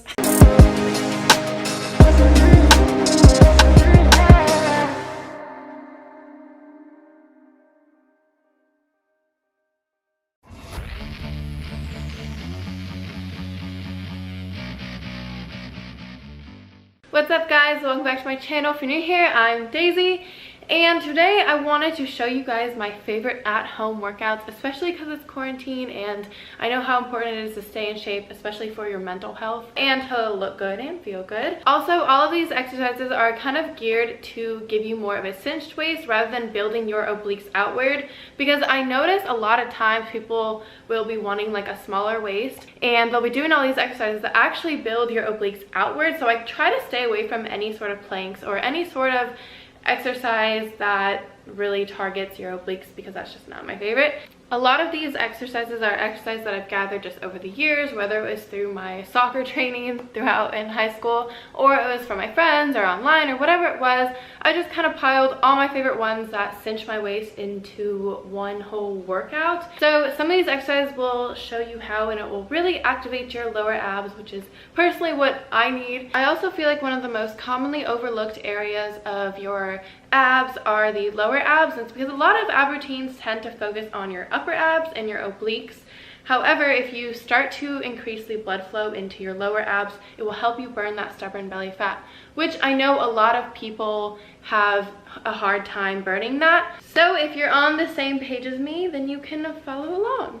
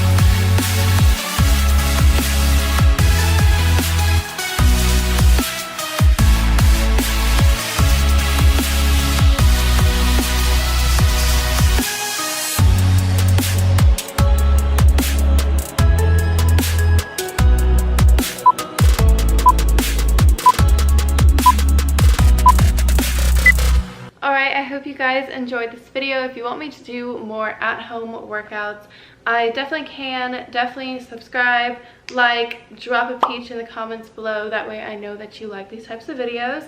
Anyways, don't forget to check me out on all my socials, and if you want more workouts by me and meal plans, definitely check out peach.fit. I will also leave a link in the description box below.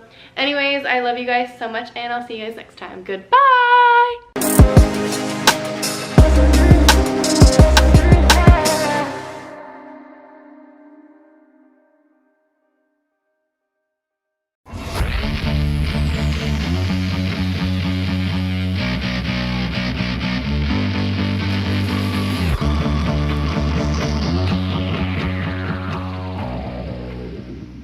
Hey guys, this is week 23, and this week we're talking about our travel fitness tips.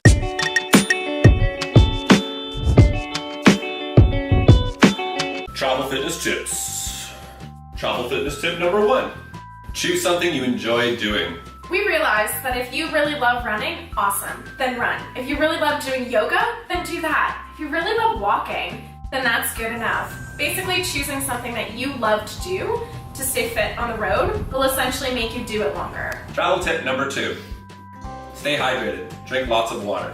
When your body's dehydrated, you're more likely to pack on the pounds. When you're eating and eating and eating and you still feel like you're hungry, it's because you're actually thirsty. You're not actually hungry. We always carry around our water bottle with us, and we'll also have an extra bladder that we can fill water. Staying hydrated is key for us on the road. Travel tip number 3. Schedule it. Make it a priority. If you don't put it in your calendar, if you don't put it in your weekly agenda, you're not going to do it. It's very unlikely. One thing that we do is that we essentially schedule our day around staying fit and staying healthy. And so one thing that we've learned is how do we prioritize the food that we eat and the exercise that we're getting. So making sure that breakfast, lunch, and dinner is in our daily schedule, as well as some type of physical exercise. That way you end up in the last minute being like, I'm so hungry, what am I going to eat? And you eat whatever's in front of you, or whatever's available, or whatever's quick. So always packing snacks is key for us to staying fit while we travel, and making sure no one gets hangry. Hangry looks like this. That leads us into smart eating, which is travel tip number 4. Eating smart is simple enough, and most of us know what to do. It's just a matter of actually doing it. Eating breakfast, making sure you portion control, you don't overeat.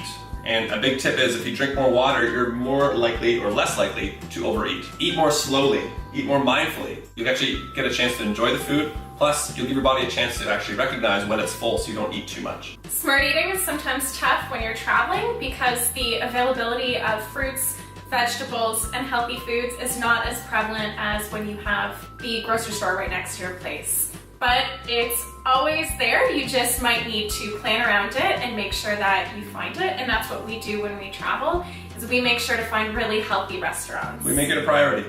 We look for the fresh markets, the local markets, or we look for the closest grocery store if it's available. We love to cook. It's something that we really enjoy doing together. And we recognize that we won't be able to do that on the road. It's gonna much. Not as much, absolutely. Access to kitchen and stuff like that might be a little bit more challenging.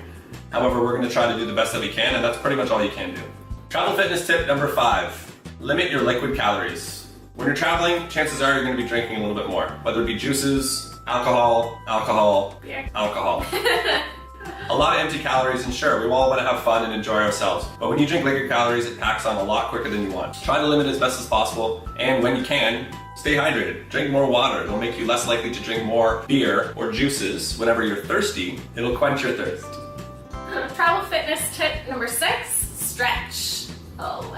Always stretch. Gotta keep your body limber, gotta keep your body flexible. Stretching is often forgotten, but it can seriously prevent injuries. It's super helpful when you're on the road to kind of stay limber so that you're ready for any adventure you want to do. Whether it be going for a run, going for a hike, rock climbing, swimming, some sort of adventure that involves a little bit of fitness, you'll be thankful you were limber and ready for it.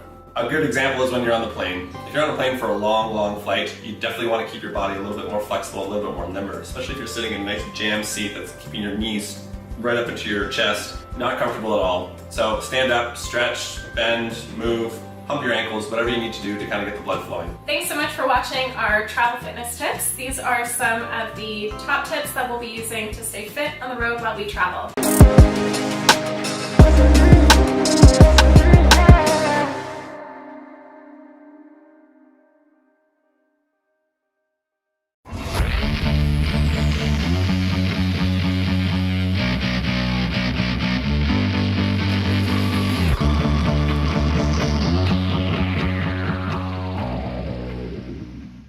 You're about to learn the underground fat-burning secrets of elite bodybuilders, celebrities, and fitness gurus who use a little-known extreme diet system that literally forces your body to melt away 1 to 2 pounds of stubborn body fat every single day for the first 7 days, and then another 3/4 to 1 full pound of fat every day in the 2 weeks that follow. And yes, these results are typical. Hi there, my name's Brian, and I want to tell you a secret. It's a secret that's taken me over 7 years to fully understand. It's also a secret that the diet and fitness industry does not want you to know about. And as much as I hate to say it, it's a secret that your very own doctor won't even share with you, even though deep down inside they know it to be true. The secret I'm talking about has to do with weight loss. But not the same old eat less and exercise more type of weight loss that results in losing weight at a snail's pace. I'm talking about making jaw-dropping, rapid body transformation where after just 21 days, you've lost up to 23 pounds or more of pure body fat, trimmed 2 to 4 inches off your waistline, went down 2 to 3 dress sizes, developed a flatter stomach, increased your metabolism, skyrocketed your energy levels, lost significant inches of fat from your hips, thighs, belly, and butt, and have taken complete control over your body weight for the rest of your life. I'm talking about the body's ability to effectively do all of this and more in just 21 days. Now, I can understand if you're skeptical, but let me explain. I've been involved in the diet and fitness industry since 1999. I'm a certified personal trainer, a certified sports nutritionist, an author, speaker, and creator of the 3-week diet, a science-based system that has literally helped thousands of people worldwide to lose weight faster than they ever imagined was possible. And in the next few minutes, I'm going to share a ton of free weight loss information with you. So let's get started. The first thing you should know is that the extra weight you're carrying around is probably not your fault. The fact is, there are probably several reasons that you've struggled to lose weight in the past, and my guess is that you fall into one or more of these categories. 1. You are getting bad information with regards to how we really gain and lose weight. 2. You're suffering from cellular inflammation. 3. You're counting calories or focusing on the eat less, exercise more mantra that the medical community has been brainwashing us with for decades. 4. You don't have an easy-to-follow step-by-step plan of action laid out for you. 5. You're not seeing real results for the effort you are putting out, and you're jumping from one diet to the next, hoping something will eventually work. Now, let's break these reasons down to get to the specifics. Number 1, you're getting bad information.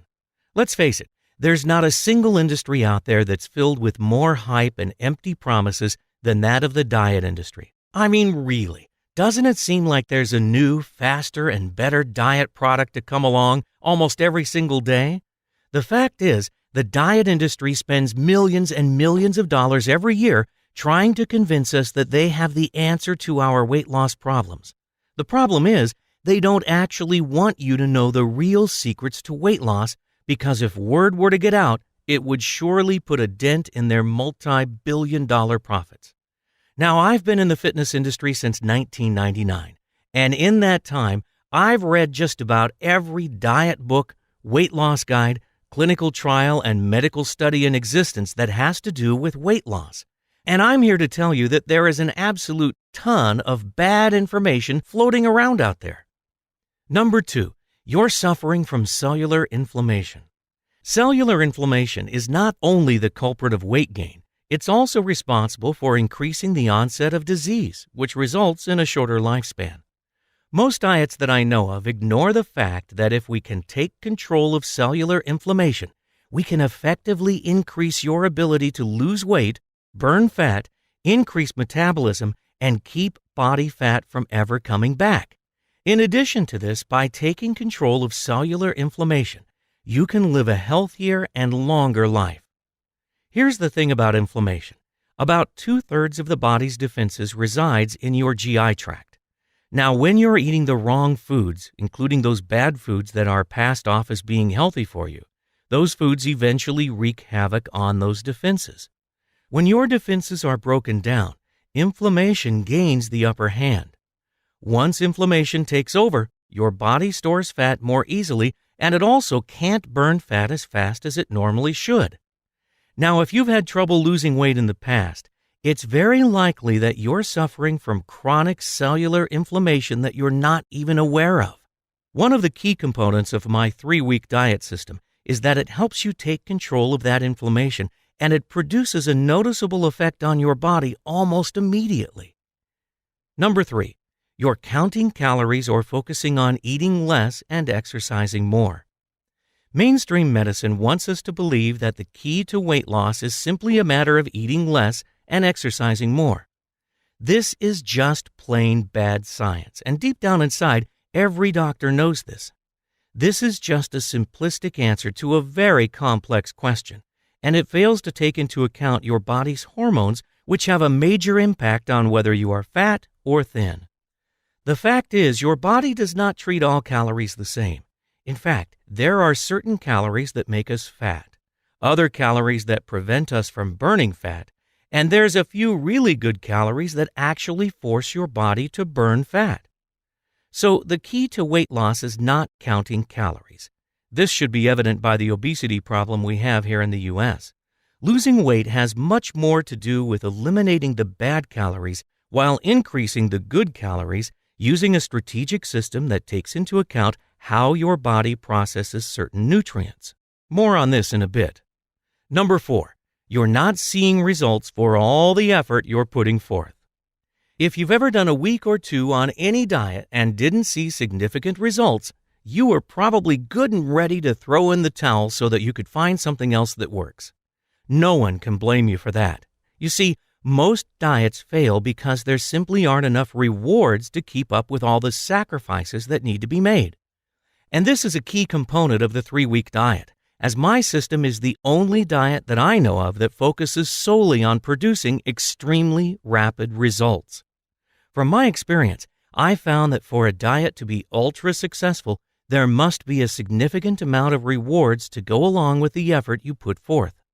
You see, when you wake up in the morning to find yourself 1 to 2 pounds lighter than you were just 24 hours ago, it tends to provide you with some serious motivation to keep on doing what you're doing. This is one of the reasons that the 3-week diet has been so successful for so many people. And believe me, when you see yourself drop just 1 pound of body fat in just 1 day, you can visualize that in just 9 more days, you'll be carrying around 10 pounds less of ugly fat around your body. Number 5, you don't have an easy-to-follow step-by-step plan of action for losing weight. This is a big one that plagued many of my clients until they finally came to me for help. There is so much contradictory and misguided information out there. It's no wonder why so many people struggle with their weight. If you ask 10 different fitness experts what the best way to lose weight is, you're bound to get 10 completely different answers. Who's right? Who's wrong? How do we know? You see, the true secrets of losing a lot of body fat really fast are out there. It's just that most of the information is fragmented and incomplete. And it's because of this that I set out to put together a diet system that doesn't leave you guessing. If you're struggling to lose weight, what you really need is to be taken by the hand and shown exactly what to do each and every day while you're on that diet. And that's exactly what I've done in the 3-week diet system. Now, before I go into the specifics of the 3-week diet and why I am so certain that it can help you lose up to 23 pounds of pure, stubborn body fat in just 21 days, I want to first address a common question that I'm asked on a regular basis. And that question is this: isn't it dangerous to lose this much weight this fast? To answer this question, let me first defer to Dr. Michael Danziger, the medical doctor and weight loss consultant to NBC's hit TV show, The Biggest Loser. Here's what he said about losing weight fast. In theory, one could drop as much as 20 pounds in a week. The truth is that nothing is wrong with losing weight rapidly as long as you do it the right way. In my own research, I found that the majority of the safety data out there regarding weight loss has to deal with the methods used for losing weight rather than how fast the weight is lost. So I'm not really certain where the notion came from that says the safest or best way to lose weight is at a rate of 1 to 2 pounds per week.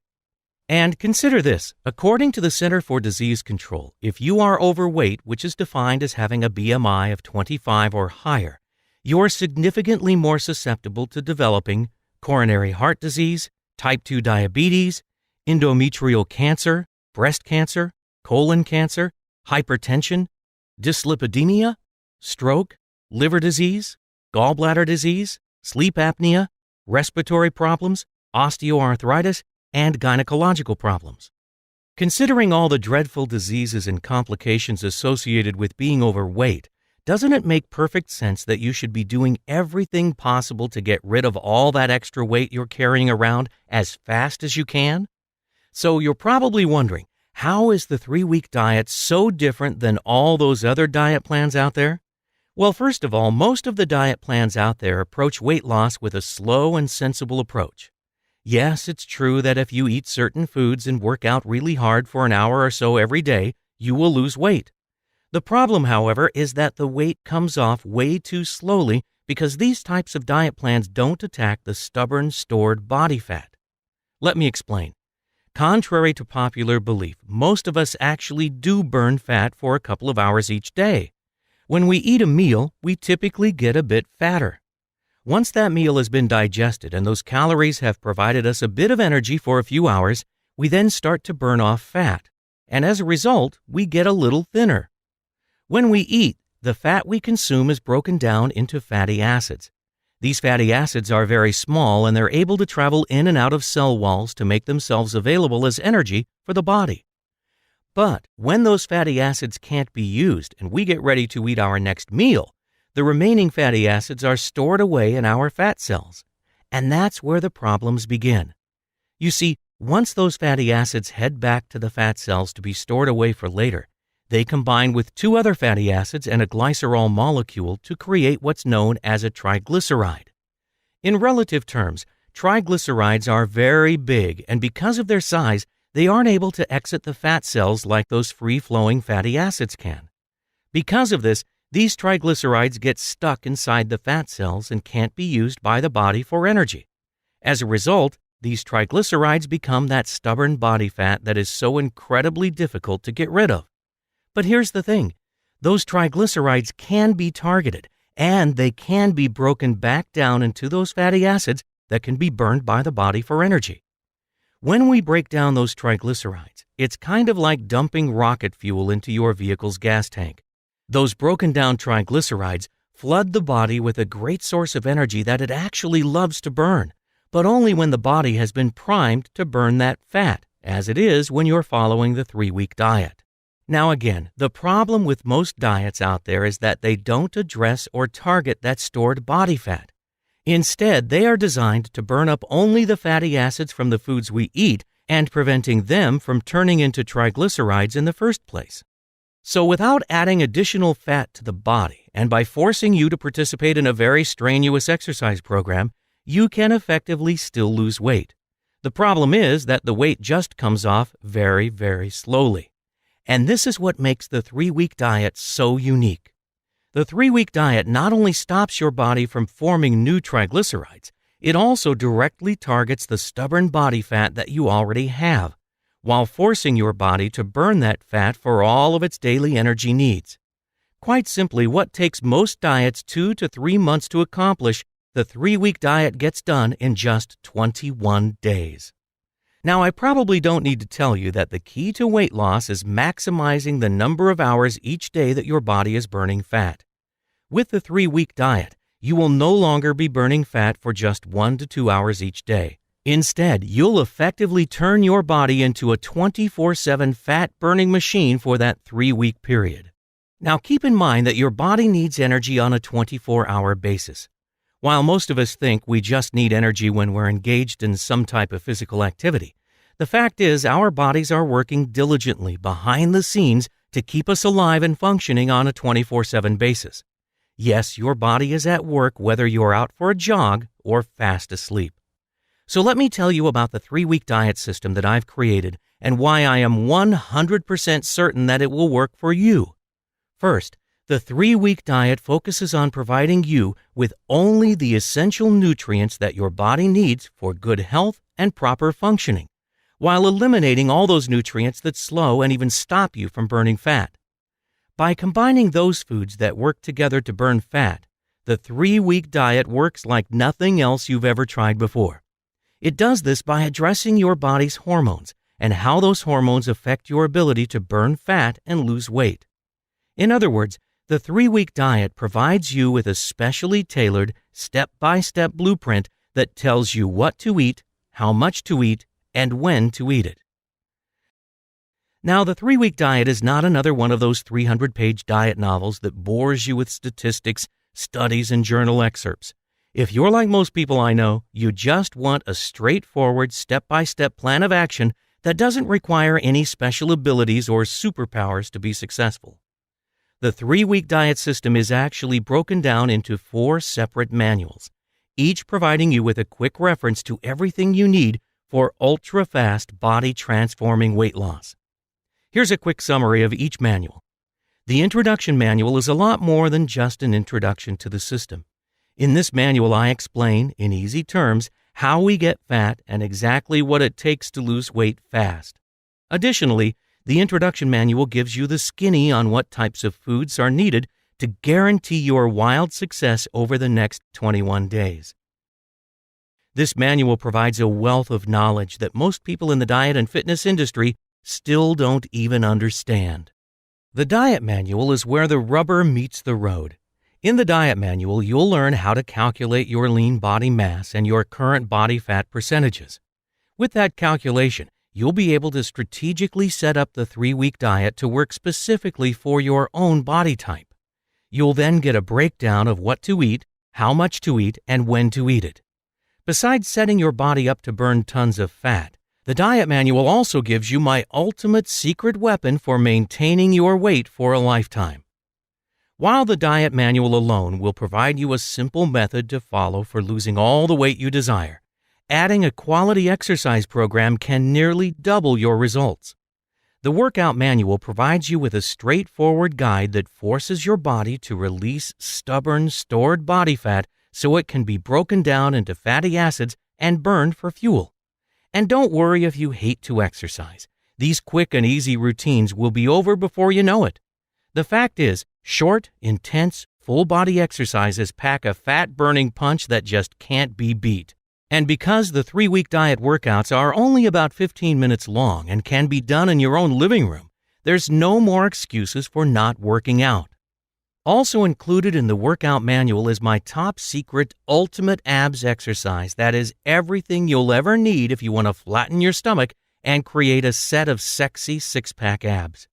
Many of my customers have said that this exercise alone is worth the entire price of the 3-week diet system. Mindset and Motivation Manual. The 3-week diet mindset and motivation manual is chock full of tips, tricks, tools, and secrets for losing weight, staying motivated, and reaching your weight loss goals not only for now, but for maintaining your new body for life. The proper mindset is crucial to your success, and I don't think any other diet on the planet packs so many tips to help you stay on track as the Motivation and Mindset Manual does. Okay, I could go on and on talking about all the tremendous rapid weight loss benefits you'll find in the 3-week diet. But the bottom line is this: the 3-week diet works. And not only does it really work, it works really, really fast.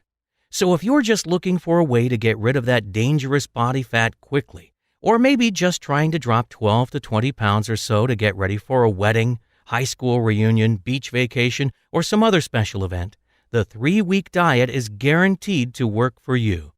Look, you really have 2 options at this point. You can click away from this page and look for something else that may or may not help you lose all the weight you want. You can go on being preoccupied with wanting to lose weight and struggling to lose weight, or you can take action right now and be 100% assured that you will lose a tremendous amount of body fat over the next 21 days. And listen, I've been active in the diet and fitness industry for well over a decade, and in that time, I've developed a stellar reputation of which I'm extremely proud of. What I'm trying to say is this: I've spent the better part of a year tweaking and testing the 3-week diet before I finally made it available to the public. In doing so, I made sure that everything was covered and that nothing was left out. And to put it bluntly, I would never put my name on an inferior product that didn't work. Now, because I don't want price to stand in the way of you being able to shed up to 23 pounds of body fat over the next 21 days, I've priced the 3-week diet as low as I possibly could, so that anyone who is serious about losing weight can finally do so without fail. I currently charge my personal clients $100 per hour for one-on-one attention, and I'm booked up for 6 hours every day. But I'm not going to charge you $100 for the 3-week diet system. In fact, I'm not even going to charge half of that, even though I am certain you'll agree that it would be well worth it. Instead, when you invest in the 3-week diet today, you're going to get the entire system, the introduction manual, the diet manual, the workout manual, and the mindset and motivation manual, which together make up a $97 value, all for just $47. And the best part is that you don't have to pay for shipping or wait around for the diet to arrive at your doorstep, because I've made it available by instant download. This way, you can have the entire fat-burning system in your hands in less than 2 minutes from right now. And when you place your order today, you're going to get my 100% no-nonsense guarantee to go with it. Now, I know the diet works, and so do thousands of others around the world who have experienced ultra-effective fat loss in record time. But I totally understand that you might be skeptical, and because of that, I want to make sure that you are 100% comfortable with your decision to order the 3-week diet system today.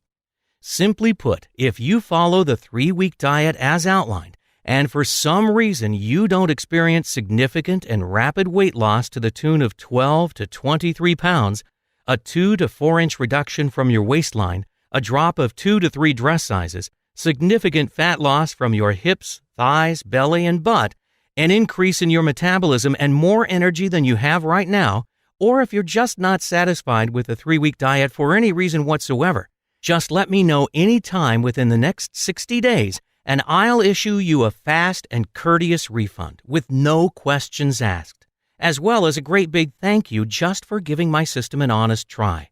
I don't think I can be any fairer than that.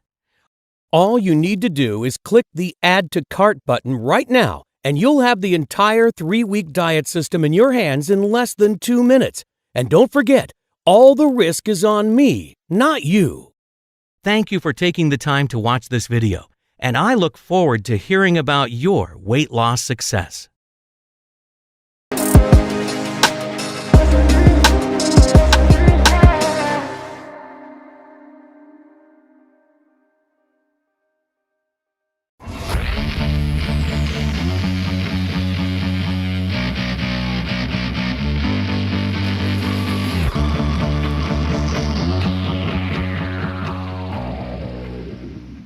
Did you know that yoga can easily injure you for life? Yoga is an extremely popular practice. Many of its famous instructors boast that it's entirely healthy and safe, but behind these bold statements lies an unspoken, dangerous truth.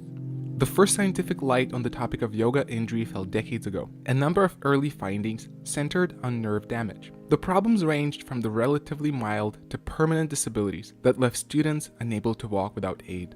One of the worst cases featured a woman of 42. She fell asleep in the seated forward bend. Upon awakening, she found her legs numb and weak. A medical team told of finding injuries to both her sciatic nerves that had crippled her legs. The scientists reported that the woman regained some sensations after 3 months of therapy. A half year after the mishap, the woman was still unable to walk without assistance. Her doctors said evidence of permanent nerve damage left them doubtful that she would ever recover full use of her legs. In another instance, a male college student had done yoga for more than a year when he intensified his practice by sitting upright for long periods on his heels in a kneeling position known as Vajrasana. The young man did the pose for hours a day, usually while chanting for world peace. Soon, he was experiencing difficulty walking, running, and climbing stairs. An examination showed that both of his feet drooped because of a lack of leg control. The doctors traced the problem to an unresponsive nerve. Apparently the young man's kneeling in Vajrasana had clamped his knees tight enough and long enough to cut the flow of blood to the lower leg, depriving the nerve of oxygen. The result was nerve deadening. Other documented cases of injury from yoga revolved around damage centered on the brain itself, which arose not from stretching too much or holding postures too long, but from the skilled practice of poses that practitioners did routinely and tended to see as completely safe.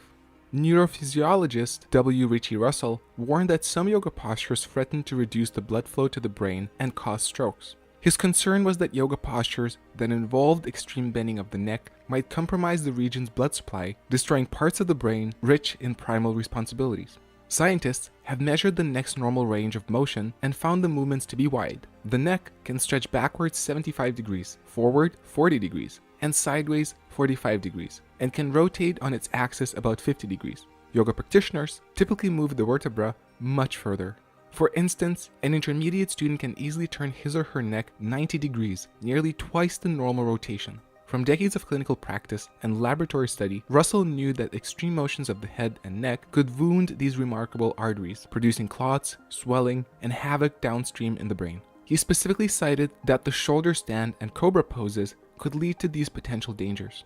With the following posture, famous yoga instructor Iyengar, in his book Light on Yoga, suggested that the head should arch as far back as possible, much further than it is actually healthy for the neck. Soon after Dr. Russell warned about these dangers, Willie Bold Nagler, an American physician, made public a gruesome case study. In his report, he described how a woman of 28, a yoga enthusiast, as he called her, had suffered a stroke while doing a position known publicly as the bridge, or in yoga as the wheel or upward bow. Diagnostic inquiry showed that her left vertebral artery had narrowed considerably between cervical vertebra C1 and C2, revealing the probable site of the blockage that resulted in the stroke, due to the extreme neck position she was in during her yoga practice. After that, it took her 2 years to be able to walk with full balance again, but her left arm continued to wander and she continued to have issues with her left eye. Dozens of similar cases worldwide, caused by extreme yoga postures, were continued to be documented globally. In 2002, surveys conducted in sample hospitals showed that the number of admissions related to yoga, after years of slow increases, had begun to soar. The number of admissions went from 13 in 2000 to 20 in 2001. Then in 2002, they more than doubled to 46. By definition, all these episodes involved men and women, and in some cases even children, who had hurt themselves badly enough during yoga practice to seek out emergency assistance. The spike represented only the tip of a very large iceberg, since these surveys were done only in a small number of hospitals. There are many more documented cases of how yoga practice led people to lifelong injuries. Meanwhile, many yoga instructors continue to claim that yoga is 100% safe, just as Swami Gitananda, a popular guru, claimed that real yoga is as safe as mother's milk. Many yoga courses last only a month, or sometimes even less. You can get certified as a yoga instructor with as little as 100 hours of training and even do the course entirely online, getting no supervision from an experienced teacher whatsoever. What is taught in many of these courses doesn't make things better either. Many of these courses pass on information about the effects of yoga postures that were described by spiritual teachers decades ago, all based entirely on pseudoscience or their own personal ideas. I remember vividly, even myself, of a yoga book which claimed that a simple stretching posture known as the triangle reduces body fat around the hip area, a claim which has no scientific logic whatsoever. What makes the situation even worse is that various yoga instructors who have little to no scientific and medical understanding of what they teach often add pressure on the students. They either demand great intensity in practice or literally push them forcefully into extreme poses. Yet these instructors usually don't know anything about the medical background of the student they are pushing, and too often the same extreme postures are given to all the students to do it at the same time, despite their individual injuries they may have. As Glenn Black, a famous yoga instructor who openly speaks about the issues, says, instead of doing yoga, these people need to be doing a specific range of motions for articulation and organ condition to strengthen weak parts of the body. Yoga is for people in good physical condition, or it can be used therapeutically. It's controversial to say, but it really shouldn't be used for a general class. Many yoga instructors are unqualified to teach. Yet the worst thing is that they are not even aware of it themselves. They do not have enough critical thinking to understand their limitations, and their students do not have enough critical thinking to oppose such a way of teaching. I know that because I used to be such a yoga instructor myself. If you are interested to learn more about my personal story, how I used to teach yoga for years, that I lacked proper education to do it appropriately,